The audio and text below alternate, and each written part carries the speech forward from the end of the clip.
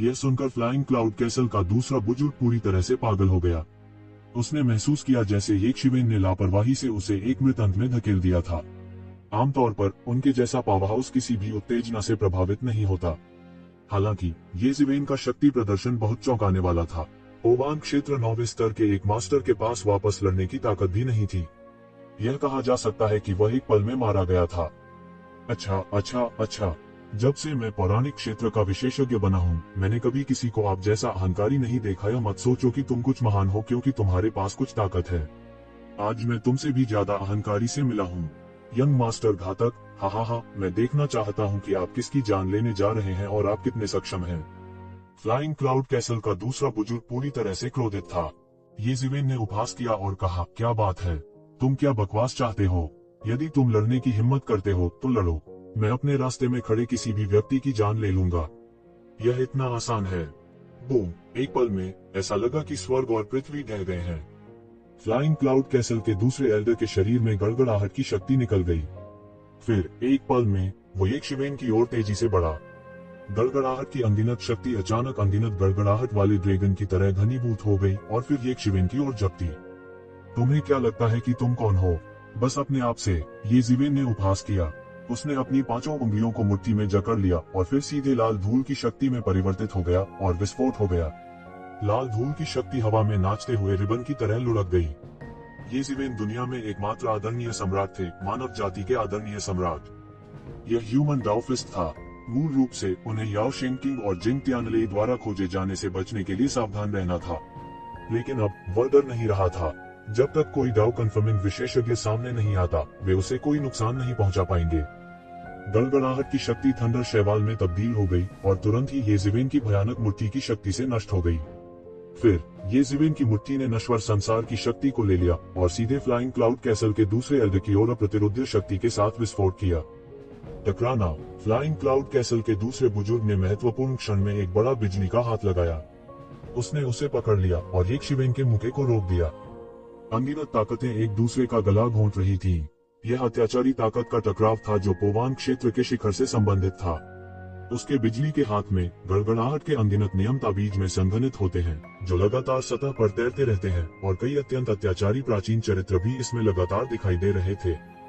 Flying cloud castle के दूसरे Elder के पास वास्तव में अद्वितीय युद्ध शक्ति थी, जो दुनिया को पार करने के लिए पर्याप्त थी। यदि वह स्काई बियरिंग कैसल में होता तो वह शायद महान एल्डर बनने के योग्य होता। 9वें बड़े, सावधान रहो। यह उसका लीज हैंड है। किंवदंती है कि जब लीज हाथ की चरम सीमा तक साधना की जाती है तो यह थंडर गॉड्स हैंड के बराबर होता है। उनकी प्रत्येक चाल में बड़ी शक्ति होती है।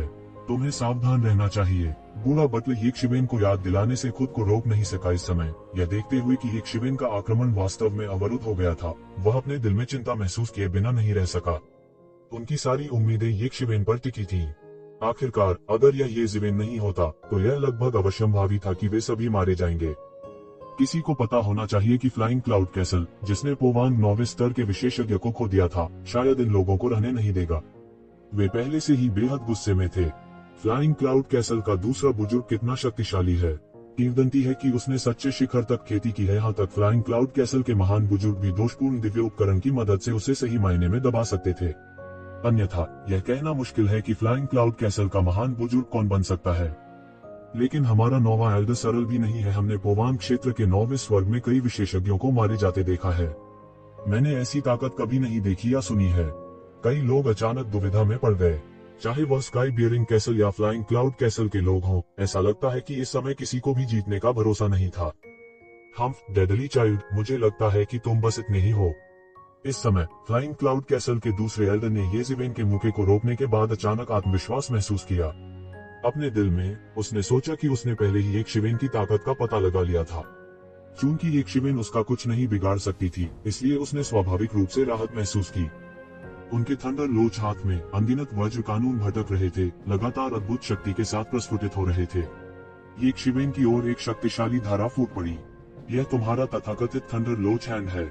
मुझे नहीं लगता कि यह इतना अच्छा है। अचानक उसने सीधे अपने दूसरे हाथ से थंडर स्पीयर को पकड़ लिया और अचानक थंडर लोच हैंड में जमकर वार किया। बूम! लीज के हाथ में अचानक एक बड़ा छेद हो गया था और लीज के इस विशाल हाथ में एक भयानक ऊर्जा तूफान लगातार बढ़ रहा था, कहर बरपा रहा था। बस एक पल में थंडर लोच हैंड, जिस पर फ्लाइंग क्लाउड कैसल के दूसरे बुजुर्ग को गर्व था, उसे येज़िवेन ने तोड़ दिया। थंडर स्पीयर कुछ दोषपूर्ण दिव्य उपकरणों की शक्ति से भी मेल खा सकता है। वास्तव में चाहे वह छद्म दैवीय उपकरण हो या दोषपूर्ण दैवीय उपकरण, वह भी एक दैवीय उपकरण था। यहाँ तक कुछ छद्म दैवीय उपकरणों को परिष्कृत करने के लिए उपयोग की जाने वाली सामग्री भी कई दैवीय उपकरणों से बेहतर थी। हालांकि उन्हें केवल छद्म दिव्य उपकरण के रूप में क्यों माना जा सकता है, इसका कारण यह था कि वे वास्तविक देवताओं के नियमों से सहमत नहीं थे। केवल वास्तविक देवता ही छद्म दिव्य उपकरणों पर अपने तरीके के निशान उकेर सकते हैं, सत्य को परस्पर जोड़ सकते हैं और फिर छद्म दिव्य उपकरण को एक दिव्य उपकरण के रूप में बढ़ावा दे सकते हैं। यह कई लोगों द्वारा इस्तेमाल किया जाने वाला सामान्य तरीका था। थंडर स्पीयर ने थंडर बेहेमोथ के थंडर हॉर्न का इस्तेमाल किया। उस समय येज़िवेन भी इसे सीधे बाधित नहीं कर सकते थे। उसने इसे थंडर बेहेमोथ के सिर से बाहर निकाला। कोई सोच सकता है कि यह कितना कठिन और शक्तिशाली था। इस प्रहार ने आकाश और पृथ्वी को भेद दिया, जिससे अनंत मात्रा में ऊर्जा फैल गई। एक अतुलनीय शक्तिशाली शक्ति ने शून्य में कहर बरपाना शुरू कर दिया। फ्लाइंग क्लाउड कैसल के दूसरे एल्डर ने महसूस किया कि उसका पूरा शरीर कांप रहा था। यह कहा जा सकता है कि उसका हाथ लगभग लकवाग्रस्त हो गया था। वह जानता था कि यह थंडर स्पीयर में निहित गड़गड़ाहट की शक्ति के कारण हुआ था। यह एक ऐसी स्थिति थी जो पहले कभी नहीं हुई थी। वज्र कानूनों की शक्ति के बारे में उन्हें स्वयं बहुत गहरी समझ थी। यह कहा जा सकता है कि वज्रपात के तरीके के बारे में उनकी समझ चौंकाने वाले स्तर तक पहुंच गई थी। इससे पहले वह वास्तव में वज्रपात से कभी आहत नहीं हुआ था। इससे कोई कल्पना कर सकता है कि थंडर स्पीयर कितना अत्याचारी था। मेरे थंडर लोच हैंड को इतनी आसानी से नहीं संभाला जा सकता है। वह दहाड़ा। अचानक उसने अनगिनत गड़गड़ाहट की शक्ति को नष्ट कर दिया। उसके नियंत्रण में बहुत सारी वज्र शक्ति एक अतुलनीय शक्तिशाली शक्ति में संघनित हो गई। फिर यह सीधे तावीजों की अनगिनत लंबी नदियों में बदल गया। एक पल में इसने येज़िवेन की मुट्ठी की ताकत को खत्म कर दिया। फिर एक लहर की तरह उसने येज़िवेन के थंडर स्पीयर को निगल लिया। ऐसा लग रहा था कि येज़िवेन हैरान थी। उसने अचानक थंडर स्पीयर को जाने दिया और कूद गया। फ्लाइंग क्लाउड कैसल के दूसरे एल्डर ने इस मौके का फायदा उठाते हुए एक अतुलनीय शक्तिशाली हमले को अंजाम दिया। उसने सीधे वज्रपात किया। इसे लोग नाइन हेवंस थंडर क्लैप। इस समय दुनिया में वुशु की गड़गड़ाहट की शक्ति उसके शरीर में क्यूई के साथ जुटाई गई थी। इसने एक विशाल घूर्णन गड़गड़ाहट का गठन किया। पूरी प्रक्रिया के दौरान उनका पूरा शरीर वज्र में एकीकृत प्रतीत हुआ। यह अत्यंत रहस्यमय था। यह एक प्राचीन विरासत थी जिसे उसने प्राप्त किया था। मार्शल आर्ट के इस सेट में वास्तव में पृथ्वी को चकनाचूर करने की शक्ति थी। अनगिनत गड़गड़ाहट के कानून एक ही बार में नष्ट हो गए, जिससे एक विशाल लंबी नदी बन गई। अंतरिक्ष में कुछ वर्षों के बाद यह सीधे येज़िवेन की ओर गिरा। यह येज़िवेन को खरोंच कर मारना चाहता था। हा, येज़िवेन अब मरने वाली है। फ्लाइंग क्लाउड कैसल के लोगों ने आखिरकार अपने चेहरे पर एक वहशी मुस्कान दिखाई। वे इस दिन का इंतजार कर रहे थे। येज़िवेन इस बार जीवित नहीं रह पाएगी। अगर वह दूसरे एल्डर के खिलाफ जाना चाहता है तो उसकी ताकत अभी भी काफी दूर है। हालांकि उसकी ताकत इतनी मजबूत है, उसका संयोगवश मिलना जुलना रहा होगा। यदि हम उस पर अपना हाथ पा सके तो निस्संदेह हमारी शक्ति बहुत बढ़ जाएगी। इस समय फ्लाइंग क्लाउड कैसल की तरफ 9वें स्तर पर पोवांग दायरे के शेष 3 मास्टर्स की आंखें चमक उठी। वास्तव में कोई भी येज़िवेन के मजबूत प्रदर्शन को नजरअंदाज नहीं कर सकता था। 7वें स्तर पर पोवांग क्षेत्र की खेती के साथ वह वास्तव में इस तरह की अद्भुत युद्ध शक्ति का विस्फोट कर सकता था। यह अपने आप में पहले से ही सब कुछ समझा चुका था। इस समय सभी ने सोचा कि येज़िवेन हारने वाली थी। यह पता चला है कि आप बस इतने ही हैं। मैं अभी आप पर आसानी से जा रहा था। मैं देखना चाहता था कि आप और कौन सी तरकीबें खेल सकते हैं। अब लगता है कि तुम बस इतने ही हो। मैं वास्तव में निराश हूँ। येज़िवेन ने उपहास किया। उस पर जरा सी भी हताशा का भाव नहीं था। जैसा कि उन्होंने कहा, 5 तत्वों की शक्ति अचानक येज़िवेन के शरीर पर घनीभूत हो गई, जिससे एक अतुलनीय रूप से विशाल 5 तत्वों का निर्माण हुआ।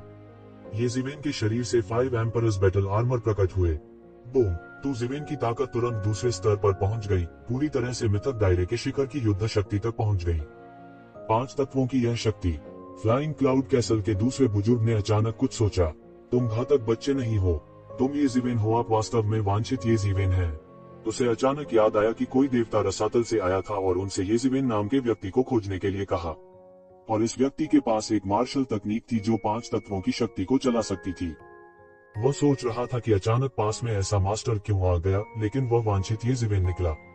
हाँ, यह मैं हूँ। लेकिन चाहता था याओ शेंग किंग और अन्य लोगों की ताकत के साथ वे मुझे वांछित सूची में डालने के योग्य नहीं है। येसेवेन जोर से हंसा और सीधे अपने मूल रूप में वापस आ गया। उसका अब छिपने का इरादा नहीं था। भले ही वे मुझे खोजने न आए, मैं उन्हें ढूंढता रहूंगा। शुरुआत में येसेवेन वास्तव में उनसे डरता था, इसलिए उसे अपनी पहचान छुपानी पड़ी। हालांकि अब ऐसा करने की जरूरत नहीं थी। यहाँ तक वह याओ शेंग किंग और अन्य लोगों को ब्लड जेल में ढूंढना चाहता था और भविष्य की किसी भी परेशानी को पूरी तरह से खत्म करने के लिए उन्हें मारना चाहता था। बात सिर्फ इतनी थी कि याओ शेंग किंग और अन्य लोगों के पास गहरा कौशल था। वे सभी रक्त कारागार की गहराई में खेती कर रहे थे। स्काई बियरिंग कैसल और फ्लाइंग क्लाउड कैसल की तुलना में यह रक्त जेल के केंद्र के करीब था। वहाँ और भी धमकियां थीं। यह कहा जा सकता है कि वहाँ अकल्पनीय रूप से शक्तिशाली अस्तित्व काम कर रहे थे। यदि किसी के पास पोवान दायरे के 9वें स्तर की ताकत नहीं है, तो वह केवल वध होने की प्रतीक्षा कर रहा मेमना हो सकता है। बूढ़ा बटलर दंग रह गया। उन्होंने यह भी महसूस किया कि याओ शेंग किंग का गिरफ्तारी वारंट न केवल फ्लाइंग क्लाउड कैसल को भेजा गया था, बल्कि स्काई बियरिंग कैसल को भी भेजा गया था। स्काई बियरिंग कैसल भी येसेवेन पर ध्यान दे रहा था। हालांकि याओ शेंग किंग केवल पोवान क्षेत्र के 9वें स्तर पर था, वह वास्तव में उनसे अलग था।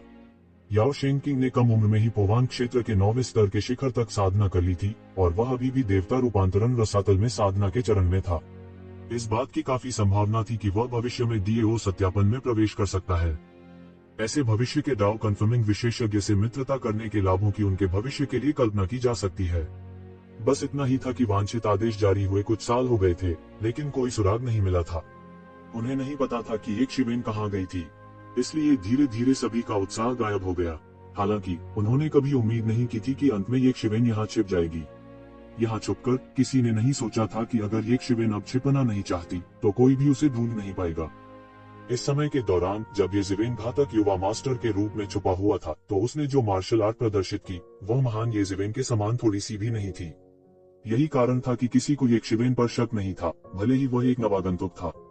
उनके द्वारा प्रदर्शित विभिन्न मार्शल आर्ट को देखते हुए वह महान येसेवेन से भी बदतर नहीं थे। स्वाभाविक रूप से उसके लिए महान येसेवेन होना असंभव होना चाहिए। हालांकि उन्होंने यह उम्मीद नहीं की थी कि यह असंभव प्रतीत होने वाला व्यक्ति एक शिवेन निकला। हालांकि ऐसी दुविधा केवल एक पल के लिए ही रही। हालांकि डेडली यंग मास्टर येसेवेन थे, फिर भी येसेवेन उनकी 9वीं बड़ी थी। यह सच था कि याओ शेंग किंग शक्तिशाली था। किंवदंतियों के अनुसार पौराणिक चोटी के विशेषज्ञों के बीच एक योग्य प्रतिद्वंद्वी को खोजना मुश्किल था। हालांकि क्या येसेवेन हीन थी? पौराणिक चोटी को मारना उतना ही आसान था जितना मुर्गियों और कुत्तों को मारना। इसके अलावा इस स्तर की लड़ाई में वे हस्तक्षेप नहीं कर सकते थे। उनके लिए सबसे बुद्धिमानी यही थी कि वे इससे दूर रहें। जब वे अपने विचारों में खोए हुए थे, ये शिवेन पहले ही अपनी चाल चल चुका था। चूंकि उन्होंने पहले ही अपनी पहचान बहाल कर ली थी, इसलिए चिंता की कोई बात नहीं थी। उसने अपनी 5 उंगलियों को मुट्ठी में जकड़ लिया और सीधे मुक्का मारा। मानव दाव मुट्ठी। बूम! येसेवेन के नियंत्रण में मानव दाव मुट्ठी एक बढ़ती नश्वर दुनिया में परिवर्तित हो गई। सारी शक्ति एक साथ घनीभूत हो गई, मानो एक साथ असंख्य लोग बोल रहे हों। बढ़ता नश्वर संसार इन अनगिनत लोगों के विचारों से सघन हो गया था। एक पल में यह भयानक विचार एक शक्तिशाली मुट्ठी बल के साथ सीधे एक शिवेन की ओर फटा। एक मायने में ये सांसारिक इच्छाएं एक शिवेन की भयानक मुक्केबाजी से भी अधिक भयानक थी। उन्होंने फ्लाइंग क्लाउड कैसल के दूसरे एल्डर के दिव्य विचारों को प्रभावित किया था।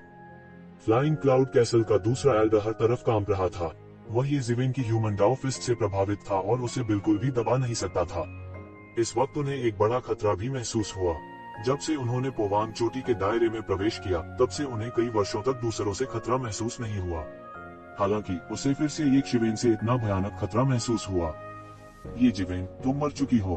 तुम्हारी यहाँ आने की हिम्मत कैसे हुई? क्या तुम जानते हो कि याओ शेंग किंग और जिंग तियानले तुम्हें कितने समय से खोज रहे हैं? वे सब एक साथ आने में ज्यादा समय नहीं लेंगे। जब वह समय आएगा तो यह तुम्हारी मृत्यु होगी। फ्लाइंग क्लाउड कैसल के दूसरे बुजुर्ग ने अपने कांपते शरीर को दबा दिया और जोर से दहाड़ा। अगर उन्होंने आने की हिम्मत की तो मैं उन सबको मार डालूंगा। ये शिवेन अजीब तरह से हंसी और उसने बिल्कुल भी परवाह नहीं की।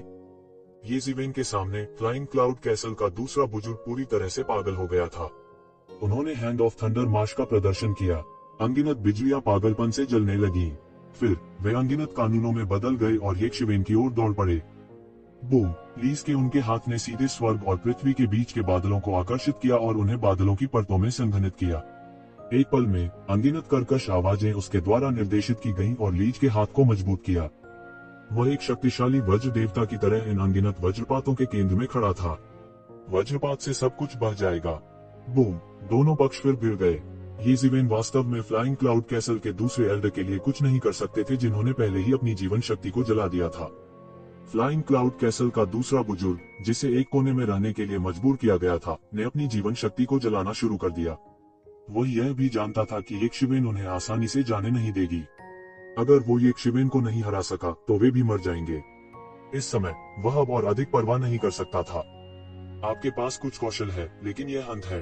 क्या आपको लगता है कि मेरी चीजों को निगलना इतना आसान है? बाहर आओ। ये जीवेन ने अपने बड़े हाथ से उस खालीपन को पकड़ लिया। शून्य में एक हिंसक उतार चढ़ाव था। अचानक फ्लाइंग क्लाउड कैसल के दूसरे एल्डर का दाहिना हाथ भीतर से अनगिनत ताकतों द्वारा बह गया। पल भर में ही वह सीधे धमाका हो गया। अंदर स्पीयर ऑफ थंडर उड़ गया और तुरंत यक्षिवेन के हाथ में वापस आ गया। अब फ्लाइंग क्लाउड कैसल का दूसरा बुजुर्ग एक पल में गंभीर रूप से घायल हो गया। उसका चेहरा अत्यंत कुरूप था। इस समय वह कैसे नहीं समझ सकता था कि पहले से बिजली का भाला छीनना यक्षिवेन की योजना होनी चाहिए। वह मूल रूप से बहुत उत्साहित था, यह सोचकर कि वह एक शक्तिशाली छद्म दिव्य उपकरण छीन सकता है। इसे प्राप्त करना आसान नहीं था। प्रत्येक शक्तिशाली छद्म दिव्य उपकरण में एक दिव्य उपकरण के रूप में पदोन्नत होने की योग्यता थी। इसे समाप्त करने का समय आ गया है।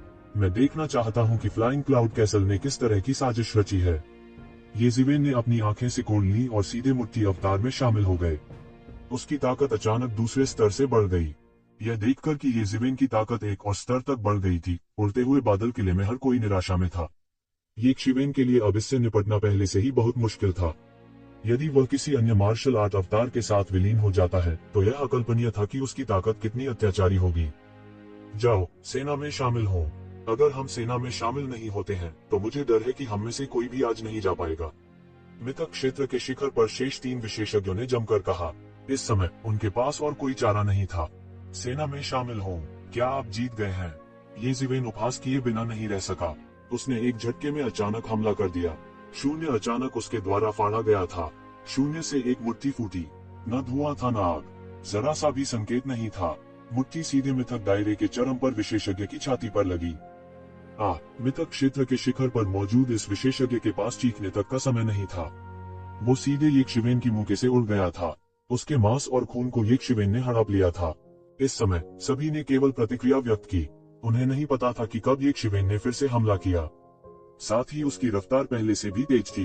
यह बेहद तेज था। उन्होंने उन्हें प्रतिक्रिया का बिल्कुल भी मौका नहीं दिया। लानत है, मैं तुम्हें मार डालूंगा।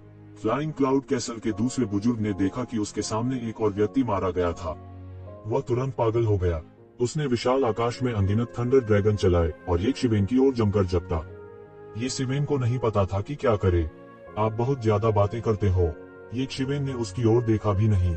उसने अचानक एक हाथ से पकड़ लिया और उसे एक बड़े सुनहरे हाथ में बदल दिया। फिर यह एक पंजे में संघनित हो गया। सोल क्रशिंग ब्लड पंजा। 5 खूनी दरारें बड़ी और बड़ी होती गईं। यह सीधे फ्लाइंग क्लाउड कैसल के दूसरे एल्डर के शरीर पर लगा। फाड़ना, उसका शरीर कपड़े के टुकड़े की तरह टुकड़ों में फट गया था। खून के छींटे उड़े और हड्डी के टुकड़े हवा में घूमने लगे। वो ये जीवेन का विरोधी बिल्कुल भी नहीं था। यक्षिवेन की युद्ध शक्ति अपने चरम पर पहुंचने से पहले वह अभी भी यक्षिवेन के साथ लड़ सकता था। हालांकि मार्शल आर्ट अवतार के साथ विलय के बाद ये जीवेन की ताकत पहले ही एक और शिखर पर पहुंच गई थी। अब पहले जैसा नहीं रहा। फ्लाइंग क्लाउड कैसल के दूसरे एल्डर को ये जीवेन द्वारा मारे जाने के बाद पोवांग दायरे के बाकी 2 मास्टर्स को आखिरकार डर महसूस हुआ। उन्होंने अपने सामने यक्षिवेन को डर से देखा। ऐसा लग रहा था जैसे वे किसी राक्षस को देख रहे हों। वह बिल्कुल भी इंसान नहीं था, बल्कि एक पौराणिक राक्षस था। आखिरकार उन्हें समझ आ गया कि वे सामने वाले से नहीं लड़ सकते। लगभग तुरंत उन्होंने प्रतिक्रिया व्यक्त की और सभी दिशाओं में भाग गए। वे सभी दिशाओं में क्यों भागे, इसका कारण यह था कि जब पेड़ गिरता तो बंदर बिखर जाते। वे अकेले नहीं थे जो भाग गए थे। साधारण मिथक अभिजात वर्ग भी दर्द में चिल्लाया और भाग गया। लेकिन यक्षिवेन उन्हें भागने कैसे दे सकती थी? हिलते हुए माउंटेन सील, सी सील को उल्टना, आकाश की सील को पलटना, 1 में 3 मोहरें। उसने जल्दी से अपनी मुट्ठी भींच ली और पाया कि शून्य में अनगिनत कानूनों की शक्ति घूमने लगी। एक पल में 3 भयानक मोहरें घनीभूत हो गईं। ये 3 अतुलनीय रूप से शक्तिशाली मोहरें एक पल में एक साथ विलीन हो गईं, एक भयानक शक्ति का प्रदर्शन करते हुए जिसने आकाश की तिजोरी को पूरी तरह से चकनाचूर कर दिया। टकरा जाना, 1 में 3 मोहरें पूरी तरह गिर गईं। यह ऐसा था जैसे कोई अतुलनीय विशाल पर्वत धराशायी हो गया हो। यह इतना विशाल था कि इसने पूरे पहाड़ को ढक लिया। बूम! हालांकि ये लोग बहुत जल्दी भाग निकले, फिर भी वे ये शिवेन की गति की तुलना कैसे कर सकते थे। लगभग बिना किसी रहस्य के वे ये शिवेन की एक में 3 मोहरों द्वारा कुचल दिए गए थे। इस समय स्काईबियरिंग कैसल के स्वामी पूरी तरह से गूंगे थे। ऐसा लग रहा था कि वे बिल्कुल सुन्न हो गए हैं। वे बेबसी से ये शिवेन को इन शीर्ष मास्टर्स का पूरी तरह से वध करते हुए देख रहे थे। जब उन्होंने ये शिवेन को देखा तो उनकी आंखों में थोड़ा डर था, लेकिन ये शिवेन ने इसकी परवाह नहीं की कि वे क्या सोच रहे थे। उसने सीधे बूढ़े बटलर की ओर देखा और कहा, अब तक स्काईबियरिंग कैसल लंबे समय से नहीं आया है। ऐसा लगता है कि कुछ हुआ है। चलो चलते हैं, चलो तुरंत वापस चलते हैं। ब्लडस्टोन माइन के अंदर स्काईबियरिंग फोर्ट्रेस और ब्लडस्टोन माइन के बीच 2 तरफा स्पेस चैनल था। हालांकि यह गठन आसानी से सक्रिय नहीं होगा। एक बार जब यह सक्रिय हो गया तो इसके लिए दसियों हजार ब्लडस्टोन की खपत की आवश्यकता होगी। ऐसा इसलिए था क्योंकि ब्लड प्रिजन में अंतरिक्ष के नियम और भी सख्त थे। टेलीपोर्ट करना बाहरी दुनिया की तुलना में 100 गुना या 1000 गुना अधिक कठिन था। आमतौर पर यह तब तक सक्रिय नहीं होता जब तक कि कोई बड़ी घटना न हो। हालांकि इस समय किसी को भी इस नियम की परवाह नहीं होगी। हालांकि ये शिवेन सभी को साथ नहीं लाए, वह केवल पुराने बटलर को लाया और मौके पर ही टेलीपोर्टेशन फॉर्मेशन को सक्रिय कर दिया। अंधेरे की अवधि के बाद वे स्काईबियरिंग किले में दिखाई दिए। जैसे ही उन्होंने अपने पैरों को स्थिर किया, अनगिनत चीखें दूर से उनके कानों में पहुंची। जहां तक नजर जा सकती थी, अनगिनत रक्त राक्षस आकाश धारण करने वाले दुर्ग पर उन्माद में आक्रमण कर रहे थे। यह रक्त दानव ज्वार है। बूढ़े बटलर के हाव भाव अचानक बदल गए। उसने सोचा कि रक्त पत्थर की खान काफी खतरनाक थी। हालांकि यह रक्त दानव ज्वार की तुलना में कुछ भी नहीं था। रक्त जेल में रक्त दानव ज्वार दुर्लभ नहीं था। पुराने बटलर ने वर्षों में इसे कई बार देखा था। हालांकि इतने बड़े पैमाने में से एक को देखना दुर्लभ था। वे ब्लडस्टोन माइन में भी रह सकते हैं। जहां तक जा सकती थी, हजारों ली के भीतर रक्त दानवों की सेना हर जगह थी। उनमें से कितने थे यह कोई नहीं बता रहा था। एक बार जब रक्त दानवों द्वारा उनकी रक्षा भंग कर दी गई तो उनमें से एक भी बच नहीं पाएगा। इसके विपरीत ये शिवेन लगभग 5 वर्षों से रक्त कारावास में था, लेकिन यह पहली बार था जब उसने प्रसिद्ध रक्त दानव ज्वार को देखा था। अचानक वह समझ गया कि रक्त दानव ज्वार के उल्लेख पर सभी के भाव क्यों बदल गए। रक्त दानव ज्वार का भयानक दृश्य जो हजारों मील तक फैल गया था, एक सामान्य व्यक्ति को मौत के घाट उतारने के लिए डराने के लिए पर्याप्त था, दूसरों की तो बात ही छोड़ दें। असंख्य रक्त दैत्यों की गर्जना तीक्ष्ण और अप्रिय थी। उन सभी को अन्य सभी ध्वनियों को कवर करते हुए स्काईबियरिंग किले में प्रेषित किया गया था। दूसरे क्या चिल्ला रहे थे यह कोई नहीं सुन पा रहा था। सौभाग्य से हर कोई अभी भी अपने दिव्य विचारों से संवाद कर सकता था, अन्यथा इतने शोर शराबे की स्थिति में उनके पास संवाद करने का कोई तरीका नहीं था। जाओ और अन्य बुजुर्गों को पत्थर की खदान के बारे में बताओ, मैं जाकर पहले देख लूंगा। ये शिवेन ने संकोच नहीं किया। उसने एक कदम आगे बढ़ाया। जब वह फिर से प्रकट हुआ तो वह पहले से ही स्काईबियरिंग किले की शहर की दीवार पर था। इस समय रक्त दानवों ने स्काईबियरिंग किले को पूरी तरह से घेर लिया था। आसमान में या जमीन पर कोई अंधे धब्बे नहीं थे। अनगिनत मंत्र रचनाएं जिन्हें तब से दफन कर दिया गया था जब सभी जीवन में आए थे। उन्होंने रक्त दानवों की भीड़ में बहने वाली ऊर्जा की धाराएं प्रवाहित की। कई रक्त दानव समय पर चकमा नहीं दे सके और ऊर्जा की धारा से सीधे वाष्पित हो गए। हालांकि इसका बहुत कम उपयोग हुआ। रक्त दानव बहुत अधिक थे। हालांकि वहां काफी संख्या में मार्शल कलाकार थे, लेकिन वे रक्त के राक्षसों की तुलना में फीके थे जिन्होंने पूरे रक्त जेल पर कब्जा कर लिया था। वे बिल्कुल समान स्तर पर नहीं थे। हर पल सैकड़ों और हजारों रक्त दानवों को मौत के घाट उतार दिया गया। अपनी मृत्यु से पहले उन्होंने जो पीड़ा महसूस की थी उसने उनके पहले से ही भयानक भावों को और भी भयानक बना दिया था। उसी समय स्काईबियरिंग किले की सन्नी संरचनाएं एक एक करके बिखरती दिख रही थीं। हर बार जब कोई व्यू रचना टूटती थी तो आकाश धारण करने वाले दुर्ग के अंदर छुपे मार्शलिस्ट अनगिनत रक्त राक्षसों द्वारा तुरंत खा लिए जाते थे। एक हड्डी भी नहीं बची थी। हालांकि वे सभी पौराणिक विशेषज्ञ थे, लेकिन राक्षसों के भयानक ज्वार का सामना करने पर उन्हें ज्यादा फायदा नहीं हुआ। वे एक पल के लिए संघर्ष किया और राक्षसों द्वारा भस्म कर दिया गया। स्काईबियरिंग फोर्ट्रेस के कई पौराणिक विशेषज्ञ जब इस दृश्य को देखते हैं तो खुद को रोक नहीं पाते हैं, लेकिन पीला पड़ जाते हैं। उन्हें डर था कि रक्त दानव उनके सामने दौड़कर आएंगे और अगले ही पल उन्हें खा जाएंगे। धिक्कार है, इतने सारे रक्त दानव क्यों हैं? मुझे मत बताओ कि वे वास्तव में पूरे आकाश धारण करने वाले किले को तोड़ चुके हैं। यह बहुत संभव है। ऐसा नहीं है कि स्काईबियरिंग फोर्ट्रेस को इतिहास में रक्त दानव ज्वार द्वारा कभी नहीं तोड़ा गया है। एक विशेष रूप से बड़ा रक्त दानव ज्वार था जो स्काईबियरिंग किले के माध्यम से टूट गया। उस समय सभी मार्शल कलाकारों को रक्त दानवों ने निगल लिया था। न केवल स्काई बियरिंग फोर्ट्रेस बल्कि फ्लाइंग क्लाउड फोर्ट्रेस जैसे कई अन्य किले भी रक्त राक्षसों द्वारा भंग कर दिए गए थे।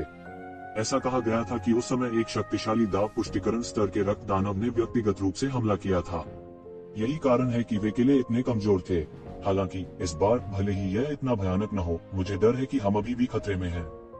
हमारे प्रसारण सरणी के बारे में क्या वे सभी उन बुजुर्गों के कब्जे में हैं? कोई और रास्ता नहीं है। हम पहले ही कोशिश कर चुके हैं। सरणी को बाहर से पूरी तरह से अवरुद्ध कर दिया गया है। हम केवल प्रवेश कर सकते हैं, लेकिन बाहर नहीं निकल सकते। हमारा बचना नामुमकिन है। धिक्कार है। भले ही मुझे मरना पड़े, मैं इन जानवरों को अपने साथ नर्क में घसीट लूंगा। मैं उन्हें आसान नहीं होने दूंगा। जब उन्होंने सुना कि टेलीपोर्टेशन एरे का अब उपयोग नहीं किया जा सकता है, तो सभी के चेहरे राख हो गए। तब वे ऐसे दिखते थे जैसे वे एक साझा शत्रु के विरुद्ध एकजुट हों। उन्हें एक मृत अंत में मजबूर किया गया था। मौत से लड़ने के अलावा उनके पास और कोई चारा नहीं था। वे केवल दीवार के खिलाफ अपनी पीठ के बल लड़ सकते थे। बिना लड़े उनके लिए आत्मसमर्पण करना असंभव था। बूम बूम बूम, भयानक विस्फोटों की एक श्रृंखला शून्य से आई। एक अत्याचारी विशेषज्ञ ने अपनी चाल चली थी। यह एक छोटा और मोटा फिगर था। येज़ेवेन ने अपनी आंखें उस पर टिका दी और देखा कि वह उड़ते हुए बादल महल का दूसरा बुजुर्ग था। यह क्षेत्र शायद वह क्षेत्र था जिसकी रक्षा के लिए वह जिम्मेदार था। स्काई बेयरिंग कैसल के गठन के रक्त राक्षसों के खतरे में आने के बाद वह कार्रवाई करेगा। हमलों की इस लहर को कम करने के बाद उसका चेहरा थोड़ा पीला पड़ गया था। उन्होंने स्पष्ट रूप से खुद को ओवरएक्सेट किया था। शुरुआत से लेकर अब तक खतरा लगभग हर बार एक समय में दिखाई देगा। यहाँ तक उन्हें बार बार कार्रवाई करनी पड़ती थी, जिससे उनकी रियल एलिमेंटल एनर्जी का तेजी से उपभोग होता था। हुश, पलक झपकते ही वो पहले से ही येज़ेवेन के बगल में था। उसने आकाश में रक्त दानव ज्वार को देखा और कहा, बूढ़े जीव, उसने मुझे पहले ही बता दिया था। तो तुम प्रसिद्ध येज़ेवेन हो। जाहिर है उसने पुराने बटलर से येज़ेवेन की पहचान के बारे में पहले ही सुन लिया था, लेकिन वह बहुत चिंतित नहीं था।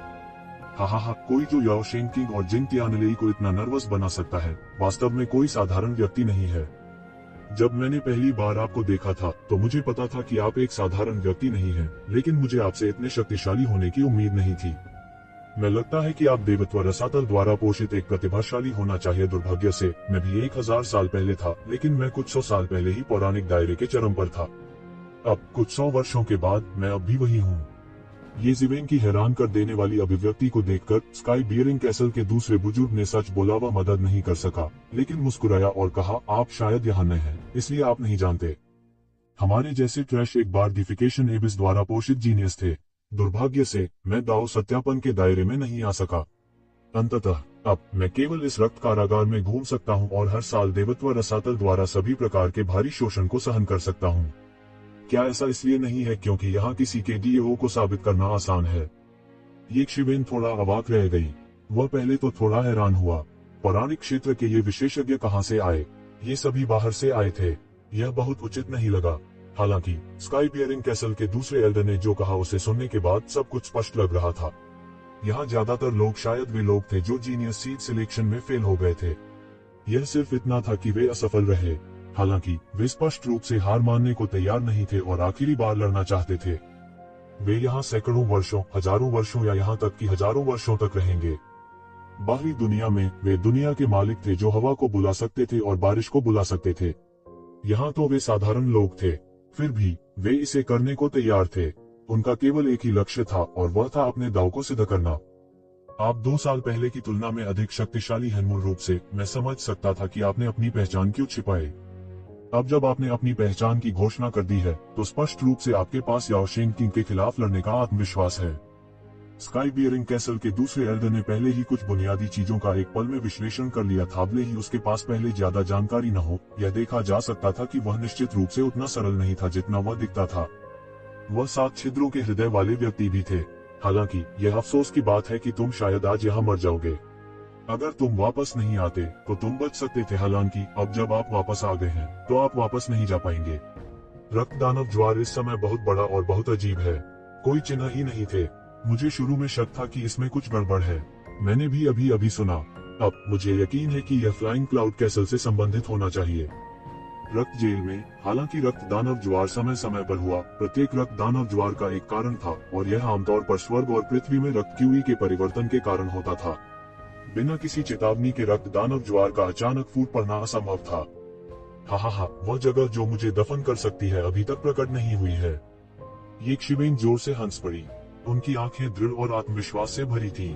उनके पास एक प्रकार का अजेय आचरण था, जैसे कि कुछ भी उन्हें रोक नहीं सकता था। इस समय एक शक्तिशाली रक्त दानव ज्वार फिर से आ गया। इससे पहले कि स्काई बियरिंग कैसल का दूसरा एल्डर कुछ कर पाता, येज़िवेन ने मोर्चा संभाल लिया।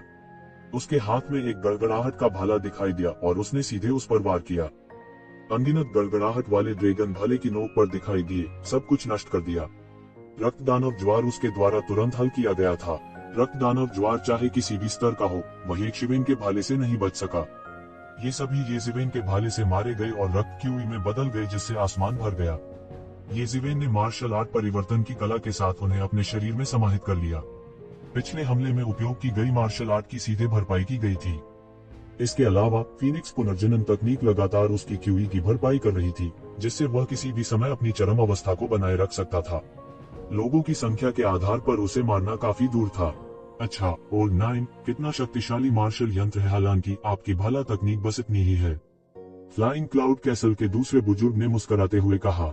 उन्होंने तुरंत इस तथ्य की ओर इशारा किया कि भाले की तकनीक में येज़िवेन की साधना इतनी ही थी। येज़िवेन नाराज नहीं थी, यह अपने आप में एक सच्चाई थी। वह इस पहलू में विशेषज्ञ नहीं थे। ओल्ड नाइन, मैं आपसे पूछता हूँ, क्या आप स्काई बियरिंग कैसल के बॉस बनना चाहते हैं?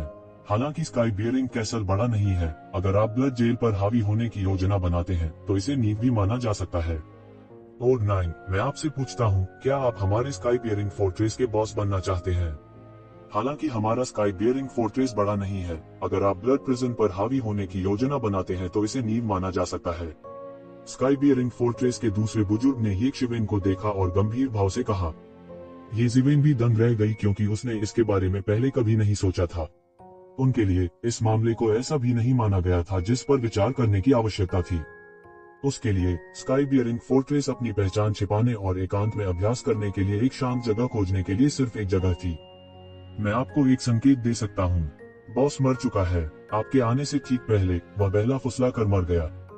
उसे सोरिंग क्लाउड फोर्ट्रेस के लोगों द्वारा मार दिया जाना चाहिए था। उनकी पहचान की नेम प्लेट टूटी हुई है। अब हम एक नेता के बिना स्थिति में हैं। हम इस खबर को जनता तक पहुंचाने की हिम्मत भी नहीं करते। नहीं तो हमें लड़ने की भी जरूरत नहीं है। रक्षा की रेखा तुरंत रह जाएगी। स्काई बियरिंग फोर्ट्रेस के दूसरे बुजुर्ग ने कड़वी मुस्कान के साथ येज़िवेन को देखा और कहा, चाहे वह ताकत हो या कौशल, आप बहुत उपयुक्त हैं। येज़िवेन ने एक पल के लिए सोचा, यदि वह स्काई बियरिंग फोर्ट्रेस पर कब्जा कर सकता है तो लाभ स्वाभाविक रूप से बिना कहे चला जाएगा। आखिरकार स्काई बियरिंग फोर्ट्रेस एक ऐसी ताकत थी जिसे अनगिनत वर्षों से बनाया और स्थापित किया गया था। यदि वह ऐसी शक्ति को अपने हाथ में ले सकता है तो स्वाभाविक रूप से वह कई वर्षों तक संघर्ष कर सकता है। इसके अलावा वह भविष्य में रक्त जेल आधिपत्य में पहल कर सकता है। वह केवल रक्त कारागार की परिधि पर था और जिन लोगों का उसने सामना किया उन्हें शक्तिशाली नहीं माना गया। हालांकि वह जल्द या बाद में रक्त जेल की गहराई में प्रवेश करेगा। उस समय वह निश्चित रूप से रक्त जेल की गहराई में शक्तिशाली अस्तित्व का सामना करेगा। पहले उसने एल्डर कोन से ब्लड प्रिजन की गहराइयों में शक्तिशाली अस्तित्व के बारे में भी पूछा था। बिना किसी अपवाद के उन सभी की अपनी सेनाएं थीं। उनके पास अनगिनत विशेषज्ञ थे और उनमें से प्रत्येक अत्यधिक अत्याचारी था। मूल रूप से उसके लिए रक्त कारागार का आधिपत्य अभी भी बहुत दूर था। हालांकि अब जब उसने इसके बारे में सोचा तो यह अब बहुत दूर नहीं था। आकाश असर किला वास्तव में थोड़ा दूर था और यह अपने बल को स्थापित करने के लिए उसके आदर्श स्थान के अनुरूप नहीं था। हालांकि साथ ही यह तूफान के केंद्र से बहुत दूर था और यह उसे विकसित होने के लिए पर्याप्त समय भी देता था। क्या अधिक है, यह उसकी कई वर्षों की कड़ी मेहनत को बचा सकता है। इसके अलावा वह एक दूर जगह के बारे में सोच रहा था। जल्दी या बाद में उसे गहरी दुनिया और प्राचीन उजाड़ युग में लौटना होगा। चाहे वह गहन दुनिया में मानव जाति हो या प्राचीन उजाड़ युग में मानव जाति, अकेले लड़ना पर्याप्त नहीं था। वह कितना भी मजबूत क्यों न हो, वह केवल अपने आप में मजबूत था। अतीत में ऐसी कितनी स्थितियां हुई हैं। यदि कोई जाति विकसित होना चाहती है तो उन्हें अपनी नींव पर भरोसा करना होगा।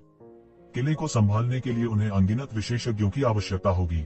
स्काई बियरिंग कैसल के विशेषज्ञ रक्त जेल में स्वाभाविक रूप से बहुत साधारण थे, लेकिन बाहर उनमें से कौन ऐसा अस्तित्व नहीं था जो हवा को बुला सकता था और बारिश को बुला सकता था। किंवदंती क्षेत्र में इन विशेषज्ञों के साथ गहन विश्व और उजाड़ युग की मानव जाति को माउंट ताई के रूप में स्थिर कहा जा सकता है। इससे वह काफी परेशानी से भी बच जाएगा। जब तक आप स्काई बियरिंग फोर्ट्रेस के नए महान बुजुर्ग बनने के इच्छुक हैं, हम आपके दाव को साबित करने में आपकी मदद करने के लिए अपनी पूरी कोशिश करने को तैयार हैं। टावरिंग स्काई किले के दूसरे बुजुर्ग ने कहा। यह देखकर कि येज़ेबेन थोड़ा स्तब्ध था, वह कहने से खुद को रोक नहीं सका। रक्त कारागार में यह जंगल का कानून है जहां मजबूत शिकार कमजोरों का शिकार होता है। यह एक नेता के बिना असंभव है। यदि आप अच्छी तरह से विकसित होते हैं तो ही हम उसका लाभ उठा सके। जब कोई व्यक्ति दाव को प्राप्त करता है तो उसके मुर्गे और कुत्ते भी स्वर्ग की ओर उठेंगे। यदि आप भविष्य में दाव हासिल करते हैं तो हमारे टावरिंग स्काई किले को भी टावरिंग स्काई सिटी में अपग्रेड किया जा सकता है। उस समय हम अपने साथ जुड़ने के लिए अनगिनत प्रतिभाओं को आकर्षित करने में सक्षम होंगे। दूसरे बुजुर्ग ने बहुत ईमानदारी से बात की। यह भी कहा जा सकता है कि उन्होंने कुछ भी नहीं छुपाया। उसे उम्मीद थी कि येज़ेबेन महान बुजुर्ग का पद संभाल सकती है। हम किले के भगवान के रूप में भी आपकी पूजा कर सकते हैं।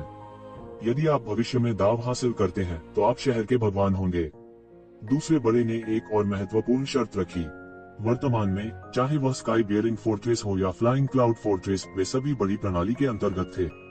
कोई किला भगवान नहीं था क्योंकि कोई किसी को भी प्रस्तुत करने को तैयार नहीं था। बड़ों की संख्या और इतने पर केवल प्रवेश का क्रम बताया गया। हालांकि यह अब अलग था। यदि वे येज़ेबेन को किले के भगवान के रूप में पूजते थे तो इसका मतलब था कि वे उसके अधीनस्थ बनने के इच्छुक थे। यह पहले से बिल्कुल अलग था। इस स्थिति को उदार नहीं कहा जा सकता है।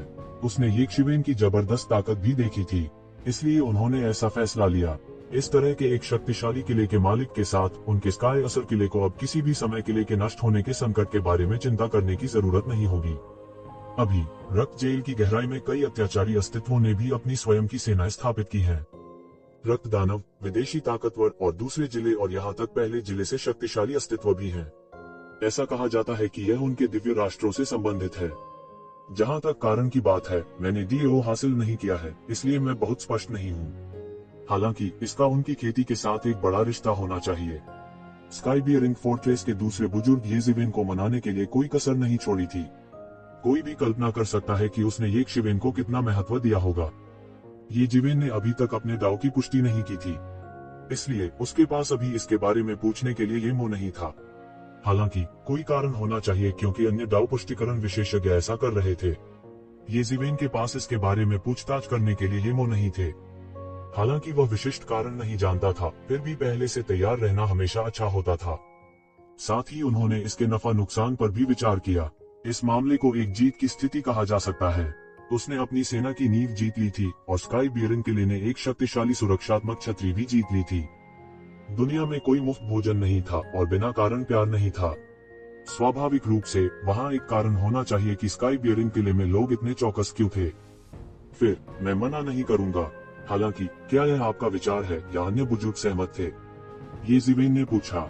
जिन बहुआन ने फोर्ट मास्टर को बधाई दी। स्काई बियरिंग फोर्ट्रेस के दूसरे बुजुर्ग ने जल्दी से अपने हाथों को सहलाते हुए कहा। वह वास्तव में येज़ेबेन को एक मालिक के रूप में मान रहा था, न कि पहले की तरह एक समान अस्तित्व के रूप में। यह कल्पना की जा सकती थी कि उसने येज़ेबेन पर अपना सारा खजाना दांव पर लगा दिया था, यह शर्त लगाते हुए कि येज़ेबेन दाव हासिल कर सकती है। येज़ेबेन मदद नहीं कर सकती थी लेकिन थोड़ी शर्मिंदगी महसूस कर रही थी। केवल अब वह जानता था कि स्काई बियरिंग किले के दूसरे बुजुर्ग का नाम जिन बहुआन था। पहले तो उन्हें इसकी जरा भी परवाह नहीं थी। उन्होंने केवल स्काई बियरिंग किले को अपने जीवन में एक पड़ाव के रूप में माना। चिंता मत करो फोर्ट मास्टर, हमने अभी अभी अपनी दिव्य इंद्रियों से संवाद किया है। हम सब सहमत हैं कि आप हमारे फोर्ट मास्टर बनेंगे। हालांकि फोर्ट मास्टर, क्या हमें पहले हमारे सामने रक्तदान और ज्वार का समाधान नहीं करना चाहिए? वरना सब कुछ वैसा ही होगा जैसे आईने में फूल और पानी में चांद। क्या आपको ऐसा नहीं लगता? जिन बहुआन ने मुस्कुराते हुए कहा। येज़ेबेन समझ नहीं पा रही थी कि हंसे या रोए। हालांकि उनका भी यही इरादा था। चूंकि वह फोर्ट मास्टर बन गया था, इसलिए उसे फोर्ट मास्टर की भावना दिखानी थी। मूल रूप से स्काई बियरिंग किले का उससे कोई लेना देना नहीं था। उसके जाने से कोई फर्क नहीं पड़ता था। अब स्काई बियरिंग फोर्ट्रेस उसकी नींव थी। जिसने भी उसकी नींव को नष्ट कर दिया, वह उसकी जान लेने के बराबर था। स्वाभाविक रूप से वह इसे जाने नहीं देंगे। बस समय आने पर मैं तुम्हें अपना साधन भी दिखा दूंगा। येज़ेबेन जानते थे कि यद्यपि वे उन्हें फोर्ट मास्टर बनने देने के लिए सहमत हो गए थे, फिर भी उन्हें उनका दिल जीतने के लिए पर्याप्त ताकत दिखानी थी। इस दुनिया में जहां कमजोर मजबूत के शिकार थे, ताकत ही सब कुछ की नींव थी। जैसे ही वह बोल रहा था, उसके हाथ में वज्र भाला आश्चर्यजनक गति से फुसफुसाया। यह सीधे आकाश में उड़ गया, जैसे कि उसने आकाश में एक बड़ा छेद कर दिया हो। सैकड़ों और हजारों रक्त दानव तुरंत वाष्पीकृत हो गए। एक नजर में ऐसा लग रहा था जैसे खून से रंगे आसमान में कोई बड़ा छेद कर दिया गया हो। टकरा जाना। इसके तुरंत बाद वज्र भला सीधे गड़गड़ाहट की असीम शक्ति के साथ बिजली के दलदल में बदल गया और फिर नीचे गिर गया। बूम! भयानक गर्जना के साथ लंबा भला भयंकर रूप से जमीन पर गिरा और सैकड़ों मील के दायरे वाले एक विशाल गड्ढे को फोड़ दिया। इस सीमा के भीतर सभी रक्त दानव वज्रपात की शक्ति से वाष्पीकृत हो गए थे। एक पल के लिए रक्त राक्षसों की अंतहीन सेना के बीच में एक बड़ा खाली क्षेत्र साफ हो गया। येज़ेबेल की आकृति भाले के अंत में चुपचाप आ गई। वह गर्व से खड़ा हो गया और अपने चारों ओर अनगिनत रक्त राक्षसों को ठंडी आंखों से देखा। इतना बलवान कौन है वो शख्स? मैंने उसे पहले क्यों नहीं देखा? किसी ने कहा। वह येज़ेबेल की ताकत से पूरी तरह से चौंक गया था। हालांकि इसके बारे में ध्यान से सोचने के बाद उसने महसूस किया कि उसने इस व्यक्ति को पहले कभी नहीं देखा था।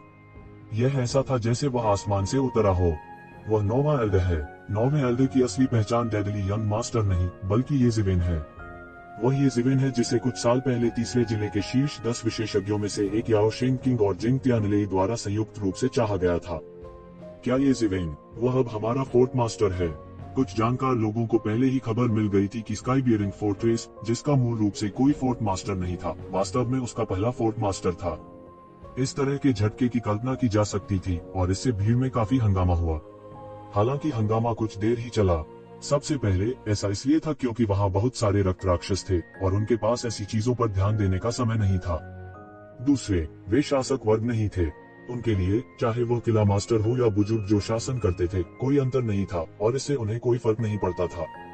इससे कोई फर्क नहीं पड़ा। इसलिए उन्होंने जल्दी से येज़ेबेल को पहले फोर्ट मास्टर के रूप में शांति से स्वीकार कर लिया। इससे भी महत्वपूर्ण बात, येज़ेबेल के पास वास्तव में इतनी ताकत थी। अभी अभी उनके इस कदम ने सभी को पूरी तरह से चौंका दिया था। पौराणिक क्षेत्र के शिखर पर भी ऐसी शक्ति दुर्लभ थी। फोर्ट मास्टर, बस उनके लिए यह करो, उन्हें अपनी ताकत देखने दो और साबित करो कि हमने गलत चुनाव नहीं किया। जिन बहुआन बड़बड़ाया। जबकि हर कोई अभी भी चौंकाने वाली खबरों में डूबा हुआ था, येज़ेबेल ने भी कार्रवाई शुरू कर दी। हालांकि उसके भाले ने बहुत सारी जगह साफ कर दी थी, फिर भी बहुत सारे रक्त राक्षस थे। लगभग एक ही पल में पूरा स्थान फिर से भर गया। अनगिनत रक्त राक्षस गर्जना कर रहे थे और येज़ेबेल की ओर दौड़ पड़े। येज़ेबेल स्पष्ट रूप से देख सकते थे कि अंतहीन रक्त बादलों में अनगिनत क्रूर रक्त दानव थे। सभी प्रकार के रक्त दानव थे और उनके शरीर अनगिनत रक्त सार से संघनित थे। वे बहुत शक्तिशाली थे और मिथक क्षेत्र में कई रक्त दानव थे। उनमें से कई रक्त राक्षस थे जो बहुत लंबे थे।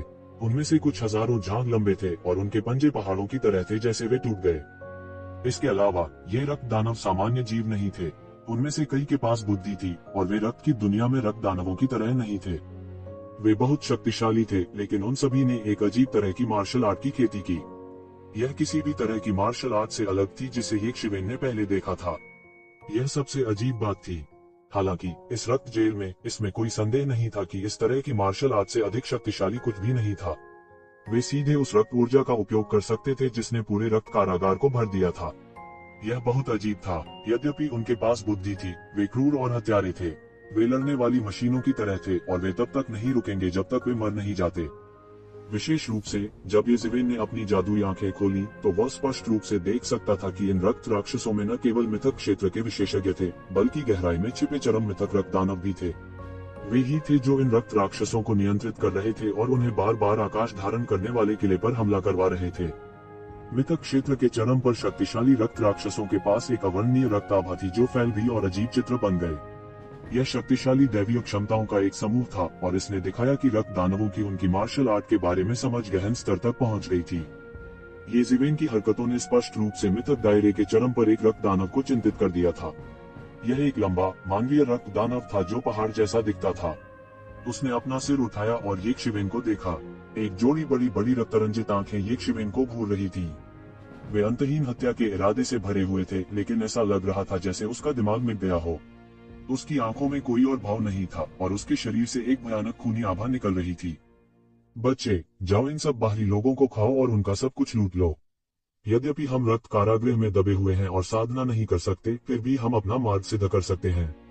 जब तक हम अपना रास्ता साबित करते हैं, हम एक क्षेत्र पर हावी हो सकते हैं। इस दुनिया में ऐसा कोई नहीं होगा जो हमें नियंत्रित कर सके। रक्त दानव ने मानव भाषा में बात की। फिर येज़िवेन ने आसमान से एक अत्याचारी शक्ति को उड़ते हुए महसूस किया, जो उन रक्त राक्षसों को रक्त लाल नदी बनाने के लिए प्रेरित कर रही थी, जो उसे मारने के लिए येज़िवेन की ओर दौड़ रही थी। सभी दिशाओं से रक्त राक्षसों का अंतहीन ज्वार उमड़ रहा था। उनके घिनौने चेहरों को देखना ही घुटन महसूस करने के लिए काफी था। हालांकि येज़िवेन बिल्कुल भी नहीं डरी। उसने अपनी 5 उंगलियां मुट्ठी में जकड़नी और मुक्का मारा। मानव दाव मुट्ठी। बूम! येज़िवेन के लोग दाव फिस्ट ने नश्वर दुनिया की एक अंतहीन शक्ति का गठन किया और बह गए। शून्य में विस्फोट हुआ, जिससे अंतरिक्ष का एक बड़ा क्षेत्र ढह गया। ये रक्त राक्षस जो अभी अभी आक्रामक रूप से भाग रहे थे, उन्हें येज़िवेन ने एक पल में उड़ा दिया। बूम! चारों ओर का आकाश पल भर में चकनाचूर हो गया।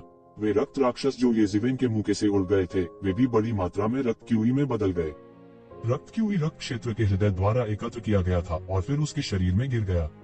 उन्होंने इसे आत्मसात करने की कला के साथ आत्मसात कर लिया। यद्यपि इसने थोड़े समय में उसकी साधना को आगे नहीं बढ़ाया, इसने अभी अभी उसके शरीर को शुद्ध किया और उसके उपभोग की पूर्ति की।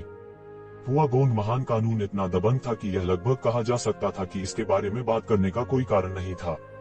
हुआगोंग महान कानून के ऊर्जा अवशोषण के साथ फीनिक्स पुनर्जनन तकनीक की सहायता से यह कहा जा सकता है कि जब तक वह घोस्ट हॉट फायर अरे का उपयोग नहीं करता था, जो कि उसके ऊर्जा के स्तर से बहुत बड़े था, वह लगभग एक अजेय स्थिति में था। उसके जैन युवान को खत्म करना असंभव था। इन रक्त राक्षसों के सभी रक्तसार को येज़िवेन ने अवशोषित कर लिया और सीधे रक्त क्षेत्र के दिल में डाल दिया। येज़िवेन ने पाया कि इन रक्त राक्षसों के मरने के बाद, रक्त क्षेत्र के दिल से गुजरने के बाद, वे बेहोश होकर एक प्रकार का रक्त मार्शल दाव बाहर लाए। यह एक तरह का मार्शल दाव था जिससे वह पहले कभी संपर्क में नहीं आए थे। उन्होंने रहस्यमयी जगह में इसका जमकर विश्लेषण किया। येज़िवेन ने अपने दिल में सोचा, उन्हें अब अनुभवी और जानकार माना जाता था। हालांकि उन्होंने कुछ मार्शल दाव के बारे में नहीं सुना था, लेकिन उन्होंने इसे पहले देखा था। वह वास्तव में इस रक्त दानव के ब्लड मार्शल दाव के बारे में नहीं जानता था। बेधड़क उन्होंने उसमें से कुछ बातें निकाल भी ली। हालांकि इसका सीधे अभ्यास करने का कोई तरीका नहीं था। इसने उनके ज्ञान का भी विस्तार किया, जिसे एक अप्रत्याशित आश्चर्य माना गया। हालांकि उसने बड़ी बड़ी चालों का इस्तेमाल करना जारी रखा और बहुत सारी क्यूई का उपभोग किया, रक्त राक्षसों के साथ खुद को क्यूई और रक्त को फिर से भरने के लिए, जो कि येज़िवेन ने खो दिया था। यह कोई बड़ी बात नहीं थी। उसने स्पष्ट रूप से देखा कि ये रक्त राक्षस उन रक्त राक्षसों के नियंत्रण में थे जो मिथक क्षेत्र के चरम पर थे। इसलिए वे इतने उग्र और निडर थे। अन्यथा हमले के इतने लंबे समय के बाद भी वे आकाश के किले को नहीं गिरा सकते थे। अन्यथा ये रक्त राक्षस जो बुद्धि में कम नहीं थे, बहुत पहले ही हट गए होते। डाकुओं को पकड़ने के लिए पहले राजा को बंदी बनाओ। एक आदमी को मारने के लिए पहले घोड़े को गोली मारो। येज़िवेन भी इस सिद्धांत को समझती थी। तो यह कहा जा सकता है कि वह लगभग अपने हाथ में एक वज्र भाला पकड़े हुए था, जो रक्त राक्षसों के समूह में अपना रास्ता बना रहा था। उनका लक्ष्य अत्यंत शक्तिशाली रक्त दानव था जो मिथक क्षेत्र के चरम पर था। Boom boom boom! दुर्जय शक्ति का विस्फोट जारी रहा। वज्र की शक्ति ही दुनिया की सबसे मजबूत शक्ति थी। साथ ही यह अतुलनीय रूप से विस्फोटक भी था। तो येज़िवेन की गड़गड़ाहट भला विशद और विशद रूप से वज्र शक्ति के अचानक विस्फोट के परिणाम स्वरूप प्रकट हुई थी। हर बार जब भी येज़िवेन वज्र भाले से हमला करता, तो उसके द्वारा बड़ी संख्या में रक्त राक्षसों को मौत के घाट उतार दिया जाता। दूरी में फास्तिया बहुआन अवाक रह गई। उसने कभी नहीं सोचा था कि येज़िवेन इतना अत्याचारी होगा। वह पोवान क्षेत्र के 9वें स्तर के शिखर पर भी था, मिथक क्षेत्र के शिखर पर एक अस्तित्व। वह अपने आप को छोटा नहीं कर सका। ऐसे में अगर वह सीधा हमला करता तो स्वाभाविक रूप से उसकी तुरंत मौत नहीं होती। हालांकि वह शायद फंस जाएगा और 1 इंच भी हिलने में असमर्थ होगा। अंत में वह मौत के घाट उतर जाएगा। जहां तक येज़िवेन की बात है, वो दाएं और बाएं हमला कर रहा था। उसे उसके लिए बिल्कुल भी मैच होने की जरूरत नहीं थी। यह कहा जा सकता है कि उनकी चोटें अजेय थीं। इससे भी ज्यादा भयानक बात यह थी कि येज़िवेन के सभी हमले बड़ी चालें थीं। वे तोप के गोले की तरह थे जो एक बड़े क्षेत्र को कवर करते थे। हालांकि ऐसा प्रतीत होता था कि उसके शरीर में बढ़ता हुआ ची और रक्त कभी कम नहीं हुआ था। यह एक पल के लिए बढ़ना बंद नहीं हुआ। यह एक महान नदी की तरह था। लोग दूर से ही बढ़ती शक्ति को महसूस कर सकते थे। उनके बीच का फासला साफ था। अगर वह शुरुआत में अभी भी थोड़ा असंबद्ध था, तो अब वह पूरी तरह आश्वस्त था। ताकत, यह उस व्यक्ति की सच्ची ताकत थी जो कैसल लॉर्ड बन सकता था। येज़िवेन पूरे रास्ते बह गए और सीधे रक्त राक्षसों के केंद्र में अपना रास्ता मार डाला। वह जहां भी गया, कोई भी रक्त दानव उसे रोक नहीं सका। उनका लक्ष्य भी बहुत स्पष्ट था। वह सीधे उस रक्त दानव की ओर दौड़ा जो मिथक क्षेत्र के चरम पर था। ये रक्त दैत्य उसे व्याकुल होकर रोकना चाहते थे, पर वे कुछ न कर सके। येज़िवेन की तुलना में वे वास्तव में बहुत कमजोर थे। ये जिवेन की हरकतों ने इस रक्त दानव को भी पूरी तरह से नाराज कर दिया था जो मिथक दायरे के चरम पर था। इस विदेशी योद्धा ने वास्तव में उसके अधिकार को चुनौती देने का साहस किया। वह बस मौत को दावत दे रहा था। अचानक इसी क्षण इस शक्तिशाली रक्त दानव ने, जो मिथक क्षेत्र के चरम पर था, तुरंत हमला कर दिया। उसके हाथ में अचानक एक लंबी कृपाण दिखाई दी और वह तुरंत एक शिवेन की तरफ झपटा। यह एक कृपाण थी जो स्वर्ग और पृथ्वी को चकनाचूर कर सकती थी। भले ही एक शिवेन पहले से ही तैयार था, फिर भी उसे आश्चर्य हुआ। कृपाण आभा सीधे बह गई और बढ़ते रक्त की उई में बदल गई। यह ऐसा था मानो एक रक्त देवता दूर के युग से पुनर्जीवित हो गया हो। तुम्हारी हिम्मत कैसे हुई इतने तुच्छ कौशल के साथ मेरे सामने दिखावा करने की? अब मैं आपको दिखाऊंगा कि असली कृपाण तकनीक क्या है। World shattering sabre. ये जिवेन के हाथ में इमर्जेंस इमोर्टल एक्सटर्मिनेटिंग सेबर अचानक उसके हाथ में दिखाई दिया। एक अत्यंत शक्तिशाली कृपाण आभा तुरंत फैल गई। विश्व चकनाचूर कृपाण। वह सीधे अपनी कृपाण से बह गया। पूरी दुनिया आधी कटी हुई लग रही थी। शक्तिशाली कृपाण आभा भी बह गई। इमर्जेंस इमोर्टल एक्सटर्मिनेटिंग सेबर की शक्ति के साथ कृपाण आभा की शक्ति दूसरे स्तर तक बढ़ गई थी। बूम! भयानक दहाड़ सुनाई दी। ये जिवेन की वर्ल्ड शैटरिंग सेबर अजेय थी। यहाँ तक दुनिया भी चकनाचूर हो गई थी। रक्त दानव की कृपाण आभा को तो छोड़ ही दीजिए, जो मिथक क्षेत्र के चरम पर थी। अगले ही सेकंड में कृपाण की आभा पूरी तरह से नष्ट हो गई। इसके तुरंत बाद ये जिवेन की कृपाण आभा एक छाया की तरह पीछा करती थी और सीधे इस अत्यंत शक्तिशाली रक्त दानव के शरीर पर प्रहार करती थी जो मिथक क्षेत्र के चरम पर था। पफ! यह रक्त दानव जो मिथक क्षेत्र के चरम पर था, सीधे आधे में काट दिया गया था। उसकी आत्मा नष्ट हो गई थी और वह और मरा नहीं जा सकता था। जब उसके वश में हुए रक्त दैत्य के हिस्से ने यह दृश्य देखा तो वे उसके नियंत्रण से मुक्त हुए बिना न रह सके और सभी दिशाओं में भाग गए। यदि उन्हें लगातार नियंत्रित नहीं किया जा रहा होता तो वे लंबे समय तक बचना चाहते थे। ऐसे किले को तोड़ना इतना आसान नहीं था जो अनगिनत वर्षों से अस्तित्व में था।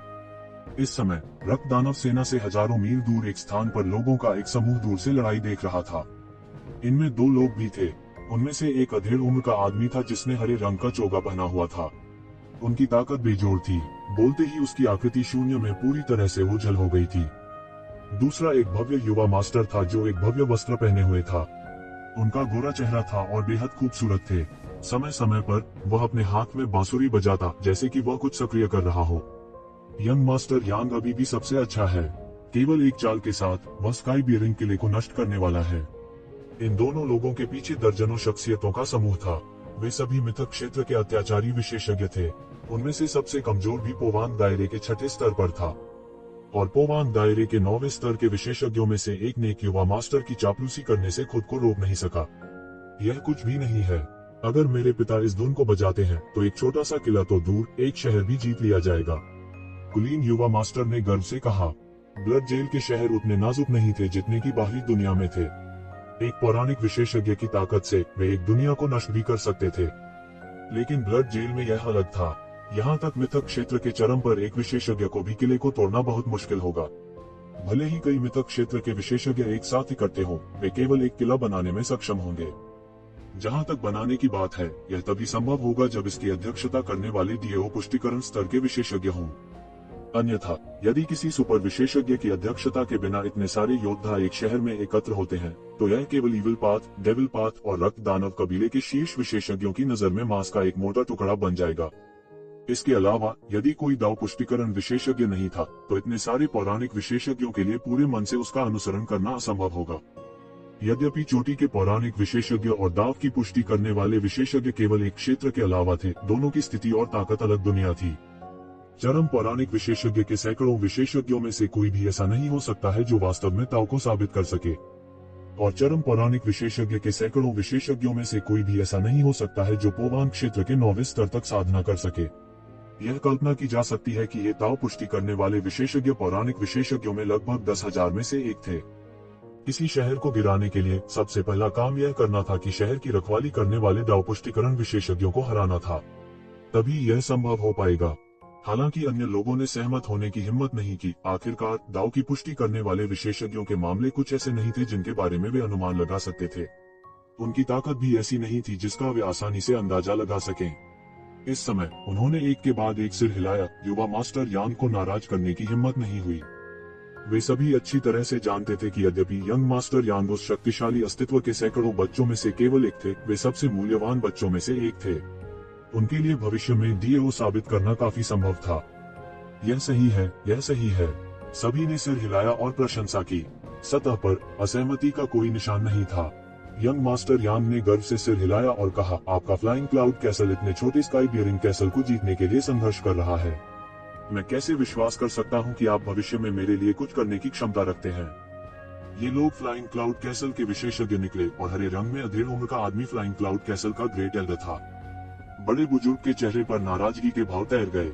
वह पहले से ही इतना बूढ़ा था, फिर भी उसे अभी भी एक कनिष्ठ द्वारा व्याख्यान दिया जाना था जो उससे दसियों हजार साल छोटा था। उनके अहंकार को देखते हुए यह स्वाभाविक ही था कि वे बेहद नाराज महसूस करते थे। हालांकि यह नाराजगी केवल एक पल के लिए ही रही और उसने इसे दिखाने की हिम्मत नहीं की। भले ही उन्हें इस यंग मास्टर यान की परवाह नहीं थी, लेकिन वे अपने पीछे खड़े बेहद भयानक अस्तित्व को नजरअंदाज नहीं कर सकते थे। वह अस्तित्व शायद उसे एक ही उंगली से मार सकता था। हाँ, यह मुख्य रूप से इसलिए है क्योंकि स्काई बियरिंग किले के महान बुजुर्ग से निपटना काफी कठिन है। इसके अलावा नोवा एल्डर भी है। उसका मूल अज्ञात है, लेकिन वह बहुत शक्तिशाली है। हम इसके बारे में कुछ नहीं कर सकते। फ्लाइंग क्लाउड किले के महान बुजुर्ग ने बेबसी से कहा। यह भी सच्चाई थी। अगर ऐसा नहीं होता तो वह फ्लाइंग क्लाउड कैसल के कैसल लॉर्ड के बराबर होता। उसे ऐसी स्थिति का आनंद लेना चाहिए था, तो उसने इस यंग मास्टर यान पर भरोसा करना क्यों चुना? ऐसा इसलिए था क्योंकि वह अच्छी तरह से जानता था कि येज़िविन के आगमन से उड़ते हुए बादल किले और आकाश को धारण करने वाले किले की स्थिति में एक बड़ा बदलाव आएगा। वास्तव में अत्याचारी विशेषज्ञ के सामने संख्याएं अर्थहीन थीं। उदाहरण के लिए उसके हाथ में 8 मंडल का दिव्य ध्वज था। भले ही वह स्काई बियरिंग किले की सभी मुख्य ताकतों और मिथक दायरे के चरम पर इतने सारे विशेषज्ञों का सामना करता हो, फिर भी वह आसानी से बच सकता था। कुछ भी नहीं था। इसके अलावा येज़िवेन के पास 8 डिवीजन दिव्य ध्वज के साथ उसका मुकाबला करने की ताकत भी थी। यह सबसे महत्वपूर्ण बात थी। इस मामले में बहुत अधिक अनिश्चित कारक थे। शायद उसने कभी नहीं सोचा होगा कि जिस मौजूदा येज़िवेन का उसने अनुमान लगाया था वह 2 साल पहले की येज़िवेन थी। 2 साल पहले की तुलना में मौजूदा येज़िवेन की ताकत में जबरदस्त सुधार हुआ था। एक विद्वान जो 3 दिन के लिए बाहर गया था उसे एक अलग रोशनी में देखा जाना चाहिए। इसके अलावा 2 साल पहले ही बीत चुके थे। उनकी समझ के मुताबिक ऐसी स्थिति नहीं थी। उसकी ताकत पहले से ही मिथक दायरे के शिखर की सीमा पर थी। येज़िवेन उससे ज्यादा ताकतवर कैसे हो सकता था? भले ही यह सीमा न हो, 2 साल में इस स्तर तक सुधार करना असंभव था। वह अतार्किक था। आपने पहले ही बड़े बुजुर्ग को बरगलाया है और उसे मार डाला है। 9वें बुजुर्ग के लिए इससे कोई फर्क नहीं पड़ता। क्या आपने 5 विशेषज्ञों को नहीं भेजा? यह बहुत शर्मनाक होगा अगर 5 लोग उनमें से एक को भी नहीं मार सके। इसके अलावा अगर यह वास्तव में काम नहीं करता है तो मैं इसे स्वयं कर सकता हूँ। हालांकि मैं आपके लिए ब्लडस्टोन माइन नहीं छोड़ूंगा। मैं यह सब ले जा रहा हूँ। युवा मास्टर यान ने स्पष्ट रूप से इन बातों की परवाह नहीं की। उनके लिए यह सब कुछ मुश्किल नहीं था। वह परमेश्वर का सच्चा पुत्र था। उसका मुकाबला कौन कर सकता था? यहाँ तक फ्लाइंग क्लाउड किले के महान बुजुर्ग जो मिथक दायरे के चरम पर जाने जाते थे, उनकी नजर में कुछ भी नहीं था। यह सिर्फ एक बंदर का राजा होने का दावा करने का मामला था जब पहाड़ में कोई बाग नहीं था। आकाश किले के 9वें बुजुर्ग के रूप में यह मायने नहीं रखता था कि वह कहाँ से आया है या वह कहाँ से आया है।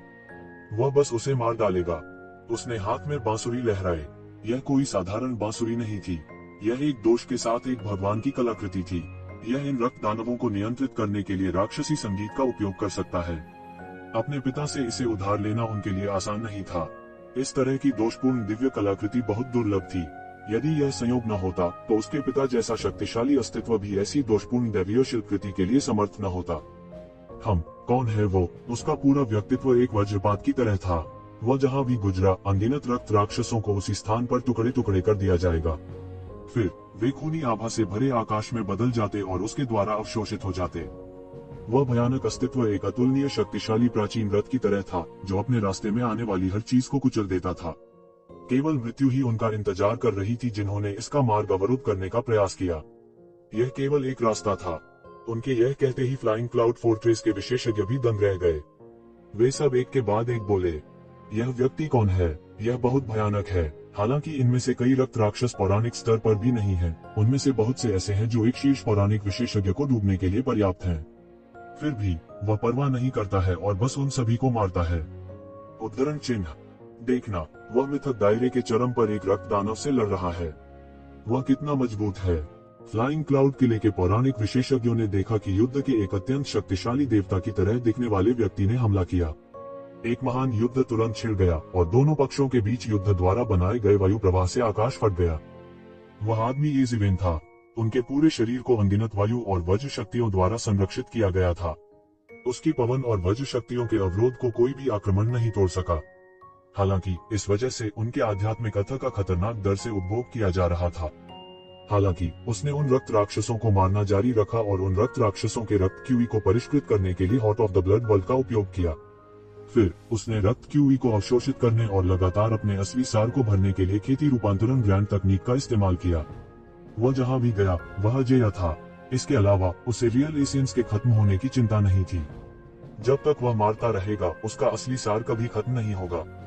वह अच्छी तरह जानता था कि रक्त दानव बहुत अधिक थे, यहाँ तक अगर वह उन सभी को मारना चाहे तो भी यह असंभव होगा। उनका कोई अंत नहीं था। हालांकि उसके पास अभी भी एक और तरीका था और वह था पौराणिक स्तर के चरम पर सभी रक्त राक्षसों को मारना। हालांकि पौराणिक स्तर के चरम पर कई रक्त दानव थे, फिर भी अंतहीन रक्त दानव सेना की तुलना में उनमें से बहुत कम थे। वह व्यावहारिक रूप से अजेय था। रक्त दानव उस पर हमला करते रहे, उसे आगे बढ़ने से रोकने की कोशिश करते रहे, लेकिन यह बेकार था। वे उसके लिए बिल्कुल भी मेल नहीं खाते थे। हालांकि वह रक्त दानवों से भी नाराज था। आखिरकार वह समझ गया कि क्यों स्काई टावरिंग कैसल, जिसकी रक्षा करने वाले पौराणिक क्षेत्र के शिखर पर इतने सारे विशेषज्ञ थे, रक्त दानवों का उल्लेख होने पर पीला पड़ जाएगा। उनमें से सबसे कमजोर भी पौराणिक क्षेत्र में था। हर कोई उसके जितना मजबूत नहीं था और रक्त राक्षसों का सामना करने पर कम परवाह नहीं कर सकता था। अधिकांश लोग, भले ही वे मिथक दायरे के शिखर पर विशेषज्ञ हो, केवल आतंक में भाग सकते थे जब इस तरह के पैमाने के रक्त राक्षसों के ज्वार का सामना करना पड़ता था, आगे बढ़ने की हिम्मत नहीं करते थे। इस वजह से चाहे वह स्काई बियरिंग फोर्ट्रेस हो या फ्लाइंग क्लाउड फोर्ट्रेस, जब उन्होंने उसे दौड़ते हुए देखा और सभी रक्त राक्षसों को मार डाला तो वे अवाक रह गए। वे पूरी तरह हक्का बक्का रह गए। वास्तव में कोई था जो ऐसा कर सकता था। इससे भी अधिक भयानक बात यह थी कि वह उस स्तर तक पहुंच सकता था जब वह पौराणिक स्तर के शिखर पर भी नहीं था। पौराणिक स्तर के चरम पर रक्त दानव ने पहले ही येज़ेबेल के अस्तित्व की खोज कर ली थी। जब उसने देखा कि उसके अधीनस्थ येज़ेबेल को नहीं रोक सकते, तो उसने सीधे हमला करने का फैसला किया। इसका विशाल शरीर जो हजारों फुट ऊंचा था, बिजली की तरह तेज था। उसके नुकीले पंजे अचानक नीचे गिर गए और उसके मुंह से भयानक दहाड़ निकली। येज़ेबेल का शरीर नहीं हिला। उसके हाथ सीधे सुनहरी रोशनी से चमक उठे और वह अचानक विशाल तेज पंजे से मिला। टकराना, पंजे, एक बड़ा और एक छोटा, शून्य में टकरा गया। एक भयानक शक्ति सीधे बाहर निकली, जिससे एक विशाल लहर बन गई जो सभी दिशाओं में फैल गई। रक्त दानव जो समय पर चकमा नहीं दे सके, चिल्लाए और रक्त धुंध के बादल में बदल गए। यहाँ तक इन दो भयानक अस्तित्वों के बीच युद्ध के बाद के परिणाम भी उन्हें नष्ट कर सकते थे। यह अमरों के बीच तथाकथित लड़ाई थी और नश्वर पीड़ित थे। अचानक पौराणिक स्तर के चरम पर रक्त दानव दहाड़ता रहा। उसके तीखे पंजों पर अंतहीन खून के रंग की लपटें जल रही थी, हवा के माध्यम से सीधे येज़ेबेल की ओर जल रही थी। येज़ेबेल की आंखों में मुस्कान का एक संकेत दिखाई दिया और उसने धीरे से कहा, समय नहीं है। मैं अब तुम्हारे साथ नहीं खेलूंगा, मैं तुम्हें एक चाल से खत्म कर दूंगा। बोलते ही येज़ेबेल ने अपना मुंह खोला और एक शक्तिशाली चूषण बल का गठन किया। रक्तरंजित ज्वाला उसे निगल गई। खून से रंगी ज्वाला लगातार उसके शरीर में कहर बरपा रही थी। हालांकि यह केवल एक क्षण के लिए चला, इससे पहले कि यह नॉनमिंग मिथिकल फायर द्वारा दबा दिया गया था जो उसके शरीर से निकला था। इसने ज्वाला को भी निगल लिया और आत्मसात कर लिया, जिससे उसकी नॉनमिंग पौराणिक अग्नि और भी शक्तिशाली हो गई। नॉनमिंग मिथिकल फायर दुनिया में एक प्रसिद्ध उत्परिवर्तित ज्वाला थी। येज़ेबेल नॉनमिंग पौराणिक अग्नि को भी सहन कर सकते थे और उसका पोषण भी कर सकते थे। लहू के रंग की ज्वाला और क्या होगी, यह कुछ भी नहीं था। फिर येज़ेबेल ने अपनी 5 अंगुलियों को मुट्ठी में बांध लिया और नश्वर संसार की शक्ति का निर्माण हुआ। यह उसके मुट्ठी के इरादे से फैल गया और स्पष्ट रूप से नश्वर दुनिया में विकसित हुआ। बढ़ती हुई नश्वर दुनिया दुनिया की सबसे शक्तिशाली शक्ति थी। मानव दाव मुट्ठी का सबसे गहरा रहस्य बढ़ती नश्वर दुनिया में समाहित था। बूम! येज़ेबेल की मुक्केबाजी की ताकत आसमान में उड़ गई। चमकदार सुनहरी रोशनी ने दुनिया के सभी रंगों को ढक लिया, मानो आसमान में सूरज फट गया हो। सब एकाएक अंधे हो गए। येज़ेबेल की मानव दाव मुट्ठी आगे बढ़ी और तुरंत पौराणिक क्षेत्र के चरम पर रक्त दानव की ओर बढ़ी। इस समय कई रक्त दानव पागल हो गए थे और उन्माद में आगे बढ़ गए थे। एक पल में उन सभी को येज़ेबेल की मुट्ठी के बल से दबा दिया गया। कोई दुर्घटना नहीं हुई। उसकी मुट्ठी की ताकत ने गति नहीं खोई और सीधे पौराणिक दायरे के चरम पर रक्त दानव की ओर विस्फोट किया। टकराना, पौराणिक दायरे के चरम पर रक्त दानव को बिना किसी रहस्य के उसकी मुट्ठी से मौत के घाट उतार दिया गया। दोनों पक्षों के बीच ताकत का अंतर बहुत अधिक था। तो जिवेन ने 3 मार्शल आर्ट अवतारों को पूरी तरह से एकीकृत किया था। पिछले 2 वर्षों में कृपान कला अवतार जिसे उन्होंने संघनित किया था उसे भी एकीकृत किया गया था। 5 एम्परर्स बैटल आर्मर के साथ मिलकर वह इस समय पहले से ही अपनी सबसे मजबूत स्थिति में था। वह अजेय और अजेय था। सामान्य लड़ाइयों में वह 3 मार्शल आर्ट अवतारों को सक्रिय करने का चुनाव नहीं करेगा क्योंकि इसमें बहुत अधिक ऊर्जा खर्च होगी। 3 मार्शल आर्ट अवतार लगातार ऊर्जा की खपत कर रहे थे। एक ही समय में 3 मार्शल आर्ट अवतारों को सक्रिय करने के बाद उनकी ताकत तेजी से बढ़ेगी। हालांकि साथ ही खपत भी तेजी से बढ़ेगी। वह इस अवस्था में अधिक देर तक युद्ध नहीं कर सका, इसलिए वह लड़ना बंद नहीं करेगा। वह एक क्षण के लिए भी नहीं रुक सकता था। एक बार जब वह रुक गया तो उसकी खपत उसकी पुनः पूर्ति से अधिक हो जाएगी। इस पौराणिक चोटी के रक्त दानव को मारने के बाद येज़िवेन ने अपने शरीर में सभी रक्तसार को अवशोषित कर लिया। एक ही समय में 3 मार्शल आर्ट अवतारों को सक्रिय करने की खपत को फिर से भर दिया। निश्चित रूप से पौराणिक चोटी पर रक्त दानव को मारने के बाद पास के रक्त दानव चिल्लाए और भाग गए। वे मूर्ख नहीं थे और ये नहीं देख सकते थे कि एक शिवेन कितनी शक्तिशाली थी। वे पौराणिक शिखर पर रक्त दानव द्वारा दबा दिए गए थे। निम्न स्तर के रक्त राक्षसों को दबाने के लिए उच्च स्तरीय रक्त राक्षसों का जन्म हुआ। उन्होंने येज़िवेन के आतंक को अपनी आंखों से देखा था। यह कहा जा सकता है कि वह अजेय था, कोई उनका विरोधी नहीं था। Flying cloud castle, young master Yang और अन्य लोगों ने येज़िवेन को इस रक्त दानव विशेषज्ञ का सिर काटते हुए देखा था जो मिथक क्षेत्र के चरम पर था। वह बहुत मजबूत है। मिथक दायरे के चरम पर एक रक्त दानव उससे एक मुक्का भी नहीं ले सका और मारा गया। में इतनी बड़ी शक्ति के बारे में सुनना चाहिए था, लेकिन हमने क्यों नहीं? किसी ने चौंकते हुए कहा, क्या वह स्काई बियरिंग कैसल का नया नोवा एल्ड हो सकता है? केवल नोवा एल्ड ही संभवतः वह हो सकता है।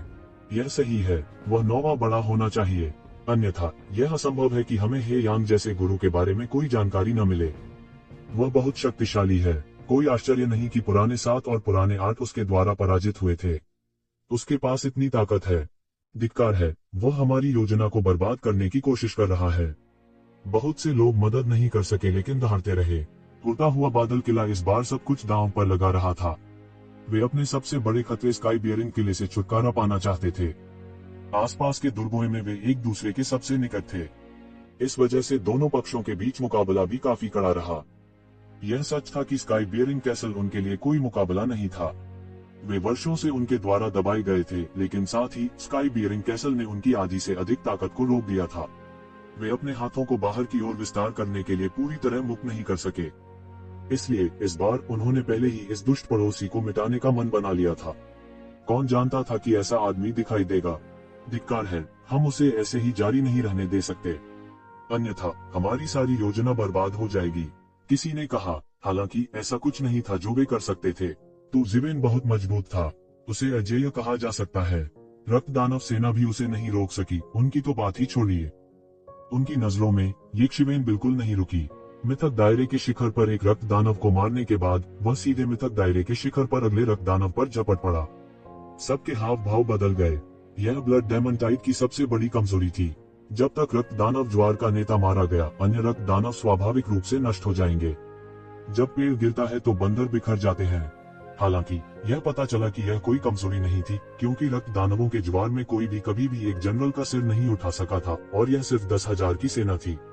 अनंत रक्त दानव इतने अधिक थे कि स्वयं सैनिकों को भी लगता था कि उनका रक्त जम रहा है, दुश्मन का तो कहना ही क्या। अब जब ऐसा व्यक्ति प्रकट हो गया था तो यह दोष, जो कमजोरी नहीं था, अचानक बढ़ गया था। हालांकि अभी भी बहुत सारे रक्त दानव मिथक क्षेत्र के शिखर पर थे, वे इस तरह के संहार का सामना नहीं कर सकते थे। अगर येज़िवेन ने मिथक दायरे के शिखर पर एक रक्त दानव को एक मुक्के से मार दिया तो शेष रक्त दानव कितने समय तक जीवित रह सकते थे? उन्हें कैसे खेलना चाहिए था? वे बिल्कुल भी खुशी से नहीं खेल सकते थे। येज़िवेन को मिथक दायरे के शिखर पर एक और रक्त दानव के सामने आगे बढ़ते हुए देखकर उड़ते हुए बादल किले के महान बुजुर्ग अब इसे बर्दाश्त नहीं कर सके। वह आगे बढ़ा और डांटा, मैं उससे निपट लूंगा। मैं उसे हमारी योजना को बर्बाद नहीं करने दे सकता।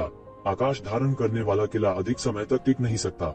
वह समय दूर नहीं जब स्काई बियरिंग किला पूरी तरह से नष्ट हो जाएगा और इतिहास में एक नाम बन जाएगा। जो कोई भी मुझे रोकने की हिम्मत करेगा, मैं उसे मार डालूंगा। जैसा कि उन्होंने कहा, उनका पूरा शरीर एक पल में उड़ गया। एक पल में रक्त राक्षसों की भीड़ में गायब हो गया। यंग मास्टर यांग बस गर्व से देख रहे थे। उसका हिलने का जरा सा भी इरादा नहीं था, मानो इन लड़ाइयों का उस पर कोई असर ही न हो। तो जिवेन ने अपनी अजेय शक्ति को उजागर किया और मिथक दायरे के शिखर पर एक और रक्त दानव पर हमला किया।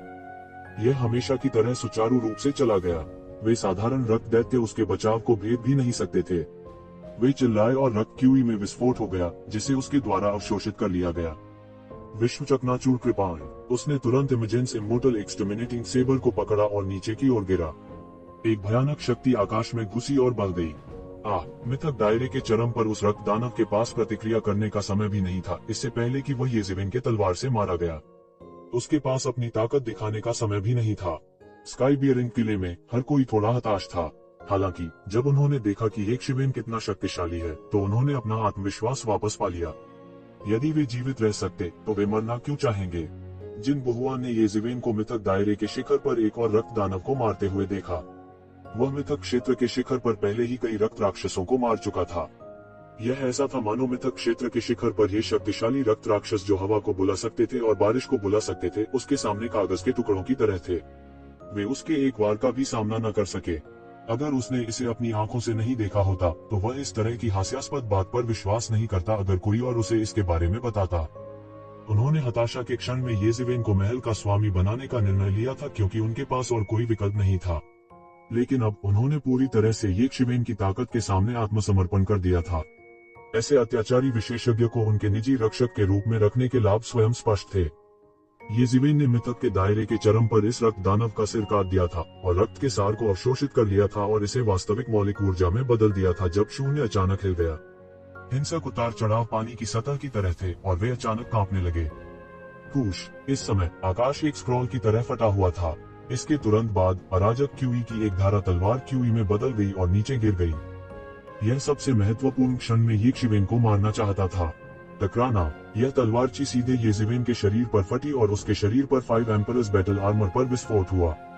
इसने उसे हिला दिया और उसे कुछ कदम पीछे ले जाने के लिए मजबूर कर दिया। हालांकि इससे उन्हें चोट नहीं आई। तुम कौन से बदमाश हो? अपने आप को दिखाओ। येज़ेविन ने अपने पैर के स्थिर होने और सीधे हमला करने का इंतजार नहीं किया। आत्मा कुचल रक्त पंजा। 5 अतुलनीय रूप से बड़ी दरारें फटी हुई थीं। वे बड़े और बड़े होते गए, तुरंत अंतरिक्ष को अलग कर दिया। फ्लाइंग क्लाउड कैसल के महान बुजुर्ग की आकृति को प्रकट करते हुए अराजक तलवार क्यूई को भी सीधे कुचल दिया गया था। उन्होंने अपने हाथ में 8 जनजातियों का दिव्य ध्वज धारण किया और उसे सीधे लहराया। उसके द्वारा अराजक क्यूई की सैकड़ों धाराएं सीधे लहराई गईं। वे तलवार क्यूई में बदल गए और येज़ेविन की ओर उड़ गए। यह 8 जनजातियों का दिव्य ध्वज है। क्या आप फ्लाइंग क्लाउड कैसल के महान बुजुर्ग हैं? जैसा कि अपेक्षित था, इस मामले का आपके फ्लाइंग क्लाउड कैसल से कुछ लेना देना है। येज़ेविन की दृष्टि इतनी अच्छी थी कि उसने लगभग तुरंत सब कुछ पता लगा लिया। उसने अपने सामने वाले व्यक्ति की पहचान का भी अनुमान लगाया। यह व्यक्ति महान बुजुर्ग होना चाहिए जिसने पूरे फ्लाइंग क्लाउड कैसल को नियंत्रित किया। यह कहा गया था कि फ्लाइंग क्लाउड कैसल के महान बुजुर्ग वास्तव में पौराणिक दायरे के चरम पर थे। वह अपने दाव को साबित करने से सिर्फ आधा कदम दूर थे। सामान्य परिस्थितियों में वह आसानी से बाहर नहीं आ पाता था। सर्वोच्च मार्ग को समझने और अपने डीएओ को साबित करने के लिए वह हमेशा बंद दरवाजे के प्रशिक्षण की स्थिति में रहेगा। ऐसा लग रहा था कि वह वास्तव में बहुत शक्तिशाली था। वे दोनों 8 जनजातियां आकाशीय ध्वज थीं। हालांकि फ्लाइंग क्लाउड कैसल के 8वें एल्डर और येज़ेविन के 8वें एल्डर के हाथों में 8 ट्राइब्स दिव्य ध्वज की शक्ति अलग अलग दुनिया थी। शक्ति को अतुलनीय भी कहा जा सकता है। हालांकि येज़ेविन हैरान नहीं थी, इसके बजाय वह प्रसन्न था। उसने सीधे अपने बड़े हाथ से उसे पकड़ लिया। हा, मैंने दूर दूर तक खोज की है, केवल संयोग से इसे खोजने के लिए। मैं बस इस बारे में सोच रहा था कि इस रक्त दानव ज्वार के पीछे के मास्टरमाइंड से कैसे निपटा जाए और आप पॉप अप हो गए। यदि आप मरना नहीं चाहते हैं तो बताएं मुझे तुमने क्या किया है। जब कैस की सैकड़ों तलवार क्यूई ने येज़ेविन के हाथ को छुआ तो वे सीधे उसकी हथेली की सतह पर दिव्यता में विस्फोट हो गए, जिससे खनखनाहट की एक श्रृंखला बन गई। हालांकि वे उनके डिफेंस को नहीं तोड़ सके। यह कैसे संभव है? उसके शरीर की इतनी मजबूत रक्षा है।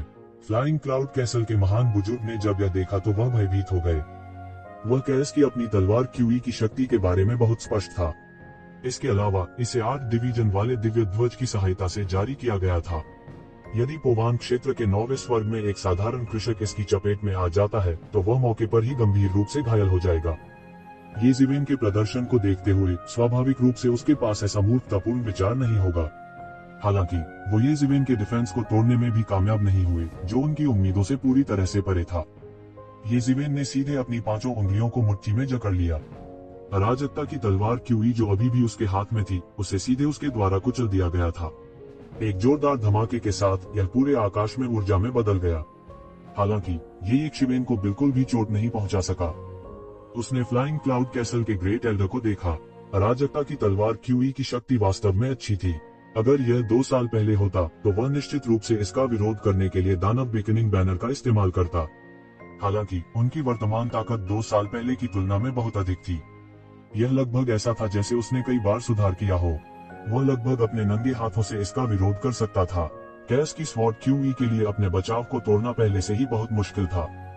बेहतर होगा कि आप आज्ञाकारी रूप से आत्मसमर्पण कर दें। मुझे ईमानदारी से बताएं कि आपने इन रक्त राक्षसों को अपने मोहरा के रूप में कार्य करने का आदेश देने के लिए किस विधि का उपयोग किया है।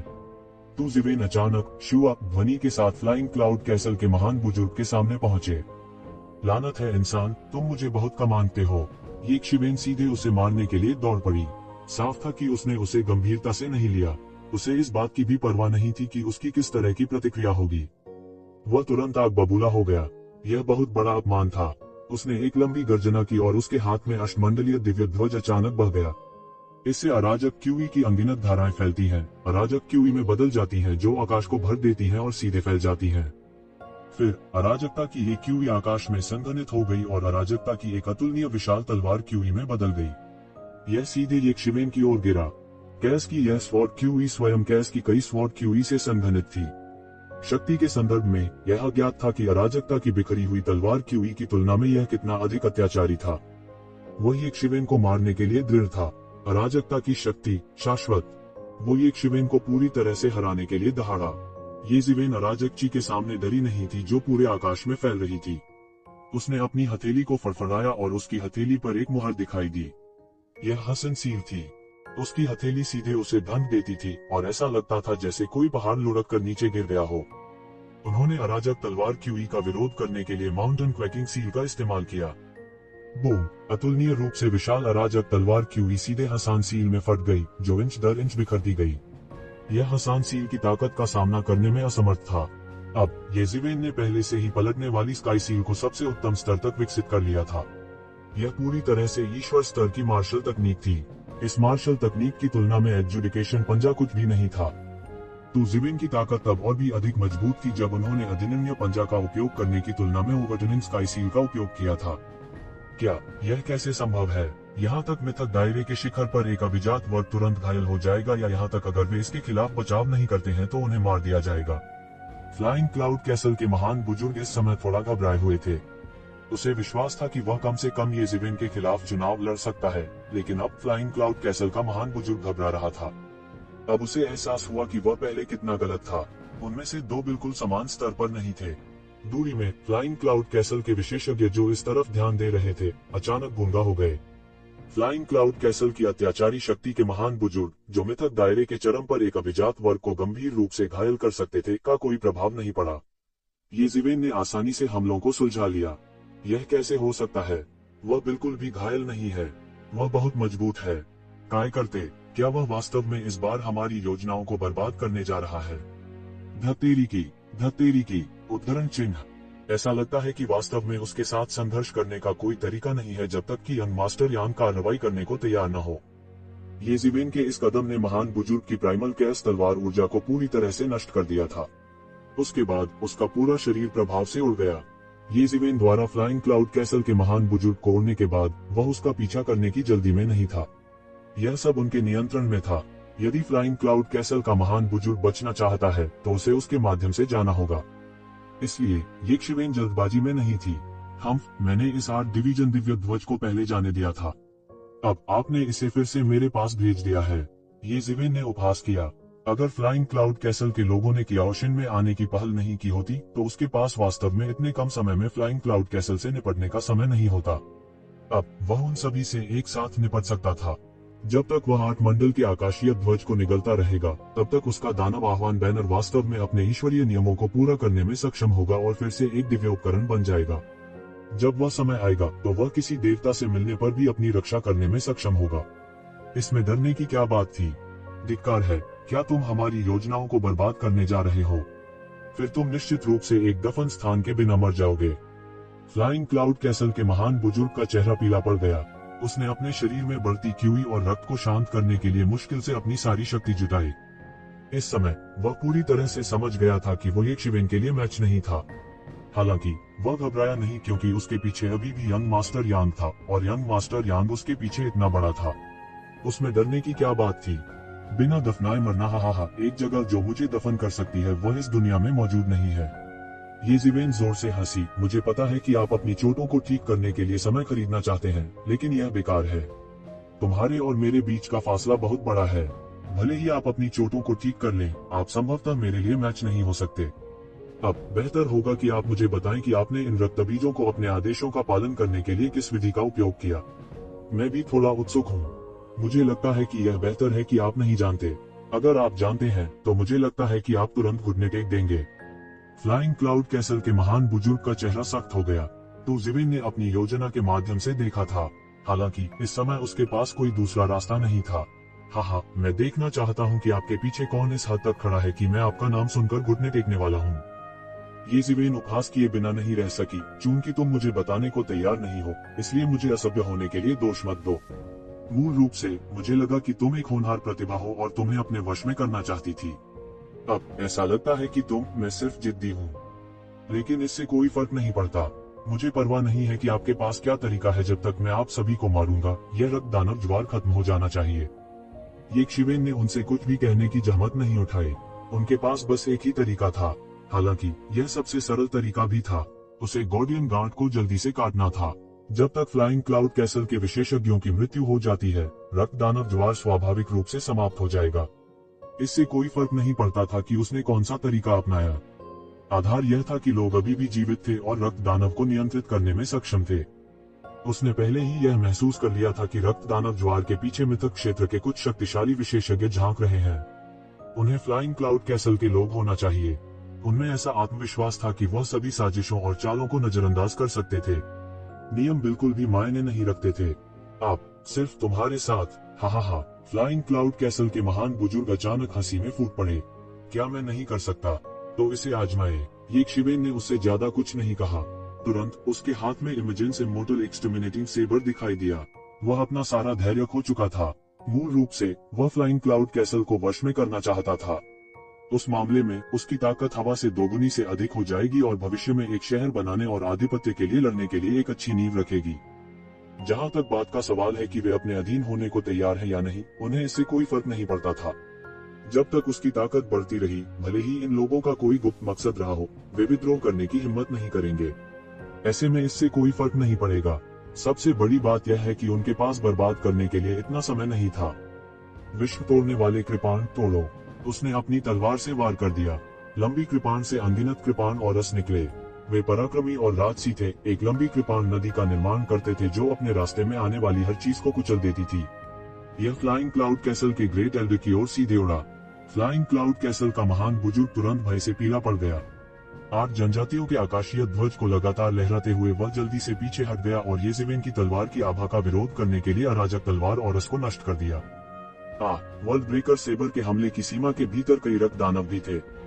एक पल में वे सभी चिल्लाए और खून के धुंध के बादल में वाष्पित हो गए, जिसे ये शिवेन ने अवशोषित कर लिया था।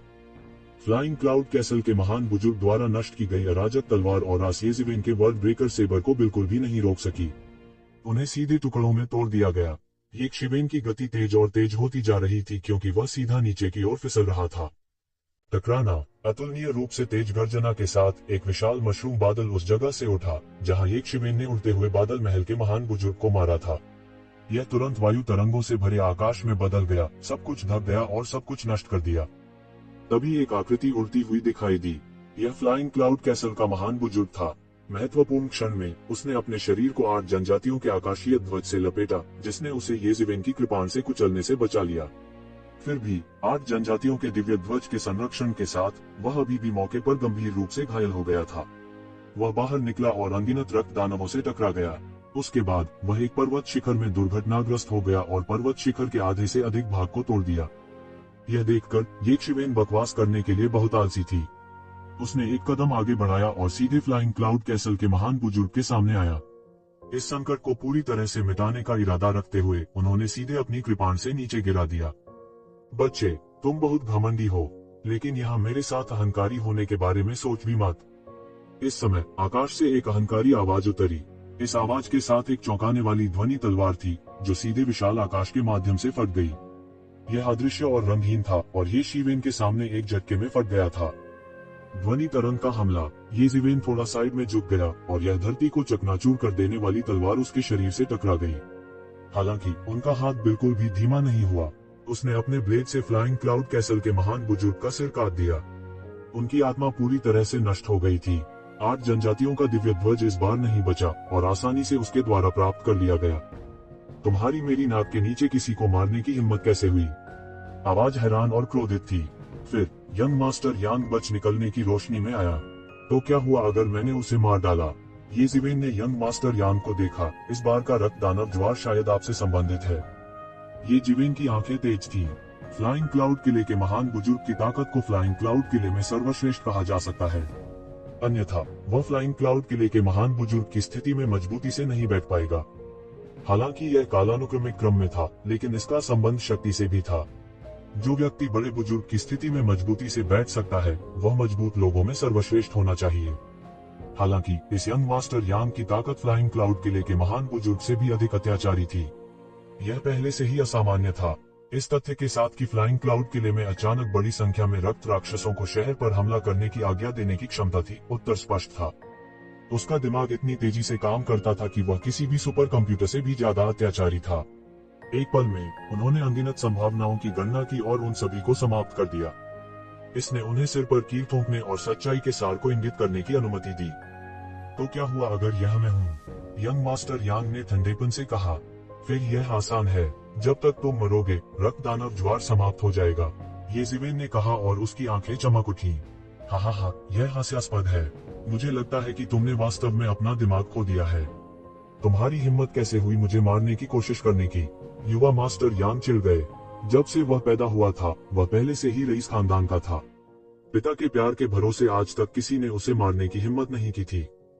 फ्लाइंग क्लाउड किले के महान बुजुर्ग हमेशा फ्लाइंग क्लाउड किले में अपने शब्द के पक्के व्यक्ति रहे हैं। उसके सामने यंग मास्टर यांग एक कुत्ते की तरह था जो लापरवाही से बोलने की हिम्मत नहीं करता था। तो क्या हुआ अगर मैं तुम्हें मार दूं? ये शिवेन शुआ एक सुनहरी रोशनी में तब्दील हो गई और आगे बढ़ी। यह अज्ञात था जब उसके हाथ में एक लंबी तलवार दिखाई दी और उसने सीधे यंग मास्टर यांग को काट डाला। यंग मास्टर यांग अचानक चौंक गए। उस चौंकाने वाले हत्या के इरादे ने वास्तव में डर के मारे उसके शरीर के सभी छिद्रों को बंद कर दिया। यह ऐसा था जैसे वह एक पल में बर्फ की गुफा में गिर गया हो। उस तेज तलवार क्यूई ने सीधे तौर पर उसे इस बात पर मजबूर कर दिया कि उसका दिल लगभग पूरी तरह से धड़कना बंद कर दिया। उसने केवल एक शिवेन की आकृति को शून्य से बाहर छलांग लगाते देखा। उसे पता ही नहीं चला कि कब लंबी तलवार उस पर टूट पड़ी। यह ऐसा था मानो आकाशगंगा सीधे नीचे गिर गई हो। राजसी तलवार दाव कानून ने पहले ही सब कुछ मिटा दिया था। हर चीज के माध्यम से स्लैश करने के लिए किसी शब्द की आवश्यकता नहीं थी। तुम्हें क्या लगता है कि तुम कौन हो? तुम्हारी हिम्मत कैसे हुई मुझसे अपनी तुलना करने की? यंग मास्टर यांग को तुरंत गुस्सा आ गया। वह वास्तव में इस हद तक मजबूर था। वह बार बार दहाड़ा और सीधे तौर पर अपनी सबसे मजबूत मार्शल आर्ट का इस्तेमाल किया। एक हाथ नीचे गिरा और अचानक आकाश ढह गया और धरती धंस गई। स्वर्ग दफन हाथ। उसका बड़ा हाथ नीचे धराशायी हो गया जैसे कि वह आकाश को दफन कर सकता है। यह एक अत्यंत उच्च स्तरीय देवता स्तर की मार्शल आर्ट थी। उसकी 5 उंगलियों में से कोई भी एक पोवांग राज्य के शिखर पर अस्तित्व को गंभीर रूप से घायल कर सकता है। अनगिनत अजीब कानून और तावीज उसकी 5 उंगलियों के चारों ओर घूमते थे। टकराना। विशाल हाथ और तलवार की आभा सीधे टकरा गई, जिससे एक राक्षसी लहर बन गई जिसने बड़ी संख्या में पास के रक्त राक्षसों का सफाया कर दिया। उन्हें फौरन उड़ा दिया गया। ये यंग मास्टर यांग वास्तव में बहुत मजबूत थे। वह फ्लाइंग क्लाउड किले के महान बुजुर्ग से भी अधिक अत्याचारी था। उसके पूरे शरीर की शक्ति लगभग एक ऊपरी सीमा, एक शिखर पर पहुंच गई थी। ये शिवेन ने भी इस यंग मास्टर यांग से एक परिचित आभा महसूस की। यह ये जुकोंग की आभा के समान था। उस समय समुद्री सम्राट की भी ऐसी ही आभा थी। उसके मन में अचानक अनगिनत विचार उमड़ पड़े। क्या यह व्यक्ति परमेश्वर का पुत्र हो सकता है? अगर ऐसा है तो उनकी पृष्ठभूमि वास्तव में छोटी नहीं है। लेकिन इसके बारे में सोचने के बाद ऐसा लगता है कि यह यहाँ अजीब नहीं है। रक्त जेल की गहराई में दाव प्रूविंग स्तर के विशेषज्ञ हैं। ये दाव परीक्षण स्तर के विशेषज्ञ दिल और दिमाग से शुद्ध नहीं होते हैं। बच्चों को पीछे छोड़ना उनके लिए सामान्य है। पौराणिक युग में यह असामान्य नहीं था। यहाँ तक भगवान के कई शक्तिशाली पुत्र भी थे जो अकल्पनीय प्रतिभा और शक्ति के साथ देवताओं के रूप में पैदा हुए थे। लेकिन उसने इसे दिल पर नहीं लिया। हालांकि यंग मास्टर यांग अत्याचारी थे, फिर भी उनकी तुलना में बहुत बड़ा अंतर था। चिंता करने वाली एकमात्र चीज यंग मास्टर यांग के पीछे शक्तिशाली अस्तित्व था, लेकिन यह विचार उसके द्वारा दबाए जाने से पहले थोड़ा ही उठा। अब और कुछ नहीं कहना था। यहाँ तक अगर वह आगे बढ़ता है तो उसके पास डाउ प्रूविंग स्तर के विशेषज्ञों के खिलाफ भी खुद को बचाने की शक्ति होगी। डरने की बिल्कुल भी बात नहीं थी। ये जिवेन ने अपने बड़े हाथ से पकड़ लिया और सुनहरी तलवार की एक सुनहरी लंबी तलवार में बदल गई। सुनहरी स्वॉर्ड की तलवार के शरीर पर बहती थी और उसके सीधे नियंत्रण में यह एक भयानक ऊर्जा उन्माद में बदल गई, सब कुछ नष्ट कर दिया और यंग मास्टर यांग की ओर बमबारी की। यंग मास्टर यांग का चेहरा अचानक बदल गया। उसे इस तलवार से एक भयानक आभा महसूस हुई। वह बार बार पीछे हट गया। वह मदद नहीं कर सकता था, लेकिन उसके दिल में विलाप था। यह इंसान इतना मजबूत कैसे हो सकता है? वह पोवांग दायरे के केवल 7वें स्तर पर है और वह पहले से ही इतना मजबूत है। जब वह पौराणिक युग के चरमोत्कर्ष पर पहुंचेगा तो कोई भी उसे नियंत्रित नहीं कर पाएगा। इससे भी ज्यादा भयानक बात यह थी कि आखिरकार उसे एहसास हुआ कि एक शिवेन ने अभी अपनी पूरी ताकत का इस्तेमाल नहीं किया है, इसलिए उसे लगा कि वह विरोध कर सकता है। अब जब एक शिवेन ने अपनी ताकत पूरी तरह से प्रदर्शित कर दी थी, इसने उसे एक बहुत ही भयानक एहसास दिया। धिक्कार है, मैं सब बाहर जा रहा हूँ। जैसे ही उसके हाथ आकाश की ओर मुड़े, उसने एक भयंकर गर्जना की। अनगिनत कानून और दाववादी कविताएं उसके हाथों से लीक हो गईं, उनके रास्ते में सब कुछ नष्ट कर दिया। यह अत्यंत उच्च स्तरीय साधना तकनीक थी। कोई भी आक्रमण उसके शरीर को छू नहीं सकता था और वह सब कुछ पूरी तरह से नष्ट कर सकता था। लेकिन ये शिवेन अभिव्यक्तिहीन थी। वह सीधे हाथ में लंबी तलवार लेकर नीचे गिर गया। बूम! पौराणिक युग के शिखर की युद्ध शक्ति पल भर में फूट पड़ी। इसने देवताओं के कुछ अमर प्रकाश को धारण करते हुए सीधे आकाश को भी विस्फोटित कर दिया। ये जिवेन की तलवार की रोशनी एक पल में दफन स्वर्ग के हाथ से टूट गई। इसने यंग मास्टर यांग के सभी बचावों को तोड़ दिया और उसके शरीर पर एक बड़ा खूनी निशान खोल दिया।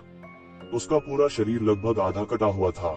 अगर उसने महत्वपूर्ण क्षण में विरोध नहीं किया होता तो वह मर जाता।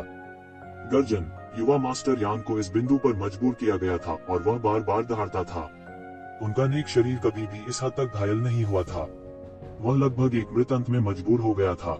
वह जल्दी से पीछे हट गया। उसने ये जिवेन को नाराजगी से देखा और भागने ही वाला था। वह कैसे ठहर सकता है और ऐसे भयंकर देवता का सामना कर सकता है? आप जाना चाहते हैं? मुझे लगता है कि यह आपके लिए बहुत आसान है। ये जिवेन ने उपहास किया और इमेजेंस इमोर्टल एक्सटर्मिनेटिंग सेबर अचानक उसके हाथ में दिखाई दिया। टूटी हुई दुनिया कृपाण। एक भयानक कृपाण आभा बह गई और तुरंत सब कुछ नष्ट कर दिया। इसने सीधे यंग मास्टर यांग का पीछा किया। लानत है इंसान, अगर तुमने मुझे मारने की हिम्मत की तो मेरे पिता तुम्हें जाने नहीं देंगे। जैसे ही वह चिल्लाया, कृपाण आभा ने उसे पकड़ लिया। उसका पूरा शरीर अचानक उसी स्थान पर फट गया जो अनगिनत रक्तसार में बदल गया, जिसमें मांस से जुड़े दिव्य दाव कानूनों द्वारा गठित कई तावीज शामिल थे। ये शिवेन ने उसे अपने हाथ में पकड़ लिया। स्वाभाविक रूप से पैदा हुए डेमिगोड के रक्तसार का मूल्य कहने की जरूरत नहीं थी। उसमें निहित ऊर्जा एक तुच्छ मामला था। वास्तविक सार उस महान मार्ग में निहित है जो मांस में खुदे हुए देवताओं से संबंधित था। वे अधिग्रहित देवताओं से भिन्न थे जिन्होंने देवता क्षेत्र में साधना की थी। ये जन्मजात देवता उस समय से भगवान के बच्चे थे जब वे पैदा हुए थे। उनके मांस और रक्त में परमेश्वर का महान दाव समाहित था। यही बात उन्हें आम लोगों से अलग बनाती थी। चाहे वह खेती हो या अन्य चीजें, उनके पास एक ऐसी प्रतिभा थी जो दूसरों से कहीं अधिक थी। उनमें बहुत अधिक ग्रेट दाव निहित थे। यह निस्संदेह एक शिवेन के लिए वर्तमान में महत्वपूर्ण था। उनकी वर्तमान स्थिति में दाव प्रमाणीकरण का उल्लेख नहीं करने के लिए पोवांग दायरे के 9वें स्तर तक खेती करने में अभी भी एक लंबा समय लगेगा। हालांकि समय किसी के लिए नहीं रुकता और उसके दुश्मन मजबूत और मजबूत होते जा रहे थे। यदि रसातल दानव भगवान ने अपने दाव की पुष्टि की ओर लौट आए तो यह उनके लिए एक विपत्ति होगी। हालांकि वह नहीं जानता था कि रसातल दानव भगवान किस स्तर तक पहुंच गया है। उसे पूरी तरह से तैयार रहना था। उसके पास एक तुरुप का इक्का होना चाहिए था जो दाव की पुष्टि करने वाले विशेषज्ञ के खिलाफ प्रतिस्पर्धा कर सके। यह विचार दूसरों के लिए पागल था। एक देवता ने वास्तव में देवताओं के साथ प्रतिस्पर्धा करने का तरीका खोजने का साहस किया। उनकी समझ पौराणिक क्षेत्र के शिखर तक पहुंच गई थी, जिसने उन्हें पौराणिक क्षेत्र के शिखर की युद्ध शक्ति को बाहर निकालने की अनुमति दी थी। हालांकि यदि वह दाव सत्यापन के स्वामी के साथ प्रतिस्पर्धा करना चाहता है तो उसकी समझ कम से कम दाव सत्यापन के स्तर तक पहुंचनी चाहिए। हालांकि दाव कन्फर्मिंग दायरे तक पहुंचना इतना आसान कैसे हो सकता है? अन्यथा यह दहलीज उम्र भर अनगिनत प्रतिभाओं के लिए इतनी कठिन नहीं होती। अनगिनत प्रतिभाएं अपनी मृत्यु तक इस दहलीज पर अटकी रहीं और अंत में वे धूल में बदल गईं। इसकी कठिनाई की कल्पना की जा सकती है। पहले पोवांग दायरे के शिखर तक खेती करना और फिर दाव सत्यापन के अवसर की तलाश करना और भी बेहतर था। हालांकि उसे एक बेहोश एहसास था कि एक आपदा आ रही थी और वह जानता था कि उसके पास इतना समय नहीं था। इस भावना ने उन्हें अनैच्छिक रूप से अपनी खेती को गति दी। अब जब उसके पास परमेश्वर के पुत्र के मांस और रक्त में निहित दिव्य पद कानून था, तो उसके लिए अपनी युद्ध शक्ति में एक और सफलता प्राप्त करना संभव हो गया। हालांकि उनके लिए थोड़े समय में दाव सत्यापन को साबित करना असंभव था और हो सकता है कि वह अपने जीवन काल में दाव सत्यापन को साबित करने में सक्षम न हो। दाव सत्यापन की ताकत रखने के लिए दाव सत्यापन को साबित करना आवश्यक नहीं था। जब तक वह ईश्वरीय पथ नियम के संचालन नियमों को समझता था, उसके लिए कम समय में दाव मान्यता के स्वामी के साथ प्रतिस्पर्धा करने की ताकत होना असंभव नहीं था। हालांकि प्राचीन काल से ऐसी अत्याचारी ताकत रखने वाले बहुत कम लोग थे, ऐसा नहीं था कि उनका अस्तित्व नहीं था। अब उसने स्वर्ग के विरुद्ध जाने और कुछ ऐसा करने की योजना बनाई जो प्राचीन काल के प्रमुख लोग भी नहीं कर सके। बेशक इसके लिए भारी मात्रा में ऊर्जा की आवश्यकता होगी, लेकिन कम से कम उसके पास एक दिशा थी। यदि यह रक्त और सार में दिव्य पद के नियम के लिए नहीं होता, तो उसके पास एक दिशा भी नहीं होती। कम से कम उम्मीद तो थी। 8 घटक स्वर्ग ध्वज उसकी हथेली पर दिखाई दिया और फिर उसने इसे सीधे त्यानेवान दर्पण में डाल दिया। यह भी महत्वपूर्ण तरीकों और तुरुप के पत्तों में से एक था जिसका उपयोग वह दाव सत्यापन के स्वामी के साथ प्रतिस्पर्धा करने के लिए करेगा। हालांकि उन्होंने इसकी पुष्टि नहीं की थी, लेकिन वे बहुत आश्वस्त थे। हालांकि उन्होंने दाव सत्यापन के एक अत्यंत शक्तिशाली मास्टर को नाराज किया हो सकता है, उन्होंने महसूस किया कि यह सब इसके लायक था। जब तक उसकी युद्ध शक्ति फिर से टूट गई, दाव सत्यापन के स्वामी उसका कुछ नहीं कर पाएंगे। अपने हाथों में वुल्फ देवता की लाश के साथ मिलकर उन्हें देवता स्तर की युद्ध शक्ति के माध्यम से तोड़ने का अधिक विश्वास था। यह सोचकर ही उसे लगा कि उसका मूड अचानक साफ हो गया है। उसे केवल इतना लगा कि उसके शरीर की सारी हड्डियां खुल गई हैं। यह एक अवर्णनीय अनुभूति थी। उसके हृदय की बाधाओं को तोड़कर इसने उसकी दृष्टि को और अधिक व्यापक बना दिया। उन्हें अचानक प्रबुद्ध होने का एहसास हुआ। वह जानता था कि अगले दायरे में प्रवेश करना कोई खाई नहीं है, लेकिन इसके लिए अभी भी समय चाहिए। उसके पास अब वह समय नहीं था। ऐसी बहुत सी चीजें थी जो उसे इस समय करने की जरूरत थी। उसके सामने एक बांसुरी थी। यह दैवीय शक्ति से ओतप्रोत था, हलकों में फैल रहा था। ये जिवेन ने बांसुरी पकड़ ली। ऐसा लग रहा था जैसे इस बांसुरी का पूरा शरीर चांदी का बना हो। तभी उसमें से एक आश्चर्यजनक दैवीय शक्ति प्रस्फुटित हुई। यह एक एनर्जी शॉक वेव में तब्दील हो गया और सभी दिशाओं में फैल गया। ऐसा लग रहा था जैसे वो एक शिवेन को उड़ान भरकर भेजना चाहता था। आप अभी भी संघर्ष करने की हिम्मत करते हैं। ये शिवेन जोर से चिल्लाई और धीरे से अपनी हथेलियों को बंद कर लिया। उसने दैवीय शक्ति के विस्फोट को मजबूती से दबाया और सीधे चांदी सफेद बांसुरी को पकड़ लिया। यह कौन है? मेरे मार्शल इंस्ट्रूमेंट पर झांकने की तुम्हारी हिम्मत कैसे हुई? चांदी की बांसुरी की गहराई से एक अतुलनीय जोरदार गर्जना आई। तभी चांदी की बांसुरी से एक भयानक आकृति निकली। इसने अनगिनत दिव्य शक्ति को सीधे फैलाया, अनगिनत दिव्य प्रकाश किरणों का उत्सर्जन किया, जिसने आकाश को गेहूं के खेत की तरह सुनहरा रंग दिया। यह एक अधेड़ उम्र का आदमी था जिसने सुनहरे दिव्य वस्त्र पहने हुए थे, लेकिन उसका चेहरा बिल्कुल भी दिखाई नहीं दे रहा था। अहंकारी आभा और उसके शरीर से निकलने वाली शक्ति ने एक शिवेन को आसानी से यह अनुमान लगाने पर मजबूर कर दिया कि यह अधेड़ उम्र का आदमी एक देवता होना चाहिए। ये जिवेन ने पहले देवताओं को देखा था, लेकिन वे देवता थे जो गिर गए थे या गहरी नींद में थे। यह निस्संदेह एक जीवित देवता था। शक्ति उसी स्तर पर नहीं थी जिस स्तर पर ये जिवेन ने पहले देवताओं का सामना किया था। हालांकि ये जिवेन पहले जैसी नहीं रही। एक ही सांस में उनका जिक्र नहीं हो सकता था। उन्होंने तुरंत अनुमान लगाया कि यदि यंग मास्टर यांग ईश्वर के पुत्र थे, तो इस देवता के अवशेष यंग मास्टर यांग के पिता होने की संभावना थी। वह एक वास्तविक देवता भी थे जो इस दुनिया में रहते थे। हालांकि वह केवल थोड़ा सा चौंक गया था और फिर वह ठंडी हंसी और कहा, मैं एक भी शब्द नहीं कहूंगा और छोड़ दूंगा यदि आपका मुख्य शरीर यहाँ था। आप सिर्फ एक सोल कोर क्लोन हैं, फिर भी आप ऑर्डर करने की कोशिश कर रहे हैं मेरे आसपास। अभिमानी, देवताओं की निंदा करने की तुम्हारी हिम्मत कैसे हुई? यह अतुलनीय शक्तिशाली भगवान अचानक क्रोधित हो गए। वह केवल परमेश्वर का अवशेष था, हालांकि वह भी भगवान के शरीर का एक हिस्सा था, तो स्वाभाविक रूप से वह अहंकार उन्हें विरासत में मिला था।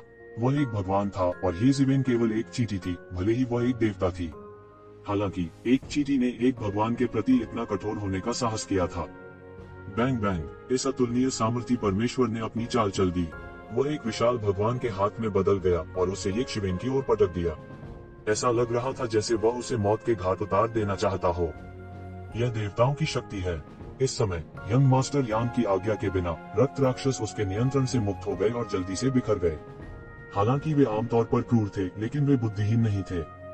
इसने येज़िवेन और शक्तिशाली देवता को उड़ने वाला बादल महल और आकाश असर महल के विशेषज्ञों के सामने उजागर कर दिया। सब दंग रह गए। उन्होंने कभी नहीं सोचा था कि यह वास्तव में एक देवता होगा। पौराणिक क्षेत्र के इन विशेषज्ञों को देवताओं के रूप में जाना जाता था। उन्हें ऐसे लोगों के समूह के रूप में जाना जाता था जो देवताओं के सबसे करीब थे। इसलिए वे इस बात से अधिक अवगत थे कि देवता कितने भयानक थे। दाव पुष्टिकरण क्षेत्र के नीचे सभी चींटियां थी। यह वाक्य बिल्कुल झूठा नहीं था। वास्तव में सच्चाई इस वाक्य से भी अधिक निराशाजनक थी। यहाँ तक जिन बहुआन का चेहरा भी इस समय थोड़ा पीला पड़ गया था। देवताओं की तुलना में वे बहुत कमजोर थे। उन्हें चींटियों के रूप में वर्णित करना बहुत अधिक था। हालांकि येक्षिवेन एक भगवान के खिलाफ लड़ने जा रही थी। भगवान रक्त कारागार में किंवदंतियां नहीं थे। वे गिरे हुए या सुप्त पुरुषों भी नहीं थे। इसके विपरीत वे हास्यास्पद रूप से अत्याचारी अस्तित्व थे। वास्तव में वे जीवित अस्तित्व थे, जिन बहुआन फूट फूट कर मुस्कुराए बिना नहीं रह सके। ऐसा लगता है कि यह नया कैसल मास्टर ओवरबोर्ड चला गया है। वह वास्तव में नफरत को आकर्षित करना जानता था। फ्लाइंग क्लाउड कैसल के लोग और भी डरे हुए थे। वे इसलिए नहीं डरे थे क्योंकि चांदी की बांसुरी में देवता के आत्मा अवतार का एक अंश प्रकट हुआ था, बल्कि इसलिए कि येज़िवेन ने यंग मास्टर यांग को मार डाला था। उन्होंने यह कल्पना करने की हिम्मत नहीं की कि अगर यह मामला सामने आया तो कितना भयानक होगा। इतने शक्तिशाली अस्तित्व से उन्हें किस तरह के हमले का सामना करना पड़ेगा। यह खत्म हो गया है। यंग मास्टर यांग मर चुका है। मुझे आश्चर्य है कि विक्टोरियस सन सिटी लॉर्ड कितना क्रोधित होगा। एक भगवान का प्रकोप। यह खत्म हो गया है। सोअरिंग क्लाउड कैसल की नींव समाप्त हो गई है। वह पागल होना चाहिए। क्या वह महसूस नहीं कर सकता था कि यह ईश्वर का पुत्र है, एक प्राकृतिक जन देवता है। उसने वास्तव में उसे मारने की हिम्मत की। वह पागल होना चाहिए। लेकिन जिसके बारे में बात कर रहे हैं, यह यंग मास्टर यांग बहुत कमजोर है। क्या उन्होंने यह नहीं कहा कि ये प्राकृतिक रूप से जन्मे देवता जितने शक्तिशाली हैं, उतने ही शक्तिशाली हैं? अब ऐसा लगता है कि वह बस इतना ही है। उद्धरण चिन्ह। उड़ते हुए बादल महल के लोग अचानक शोर मचाने लगे। उन्हें अचानक नहीं पता था कि कहाँ जाना है। उड़ने वाला बादल महल का महान बुजुर्ग मर चुका था। यहाँ तक कि उड़ता हुआ बादल महल भी नष्ट होने वाला था। वे वास्तव में नहीं जानते थे कि कहाँ जाना है। इस समय उनका एकमात्र विचार तुरंत भाग जाना था। हालांकि जब उनकी नजरें येक्षिवेन की ओर मुड़ी तो उन्होंने दृढ़ता से उसे घूरा। वे अपनी आंखें नहीं निकाल सकते थे। यह सब इस आदमी की वजह से था।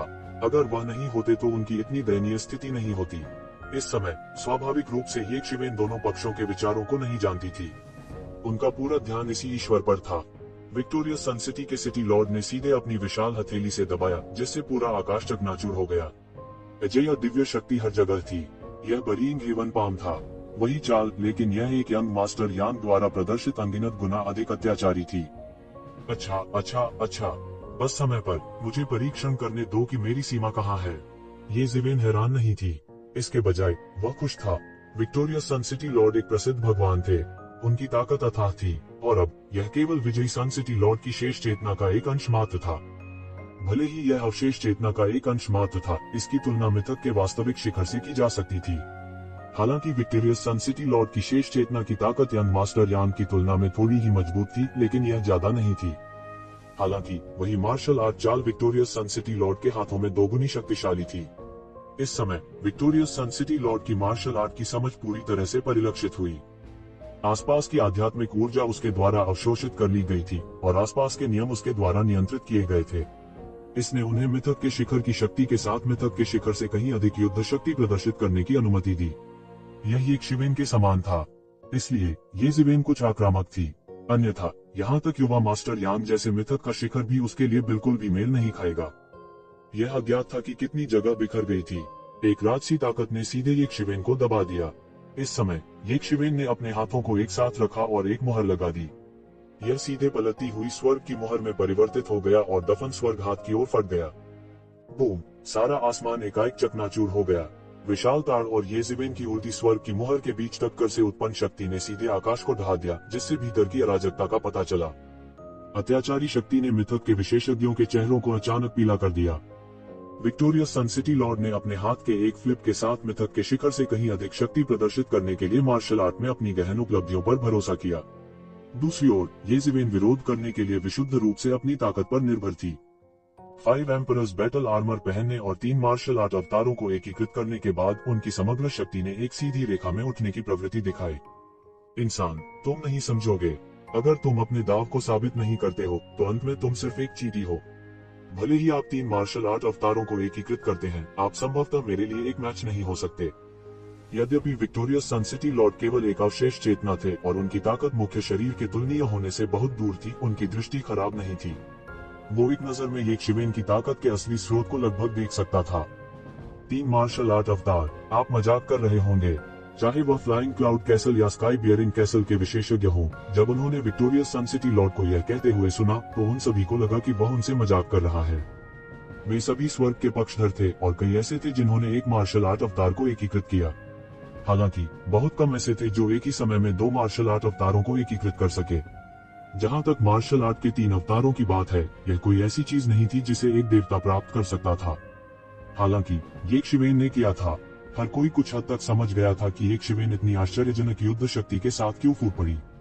3 मार्शल आर्ट अवतार, 3 मुख्य शरीरों की शक्ति उसके शरीर पर आरोपित थी। वह भयानक शक्ति लोगों को मौत के घाट उतारने के लिए काफी थी।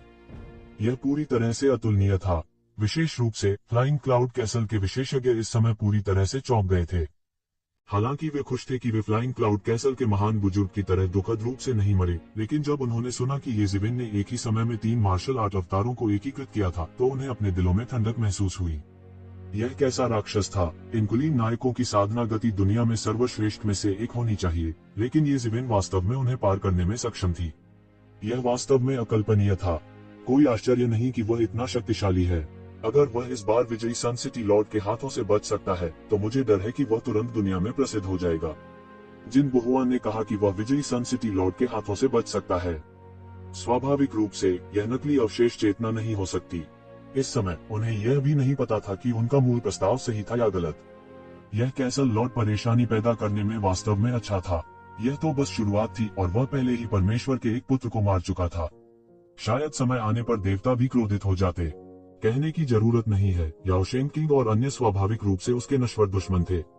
उन्हें उनसे छुटकारा पाना चाहिए था, लेकिन साथ ही परेशान होने के अलावा उनकी ताकत वास्तव में त्रुटिहीन थी।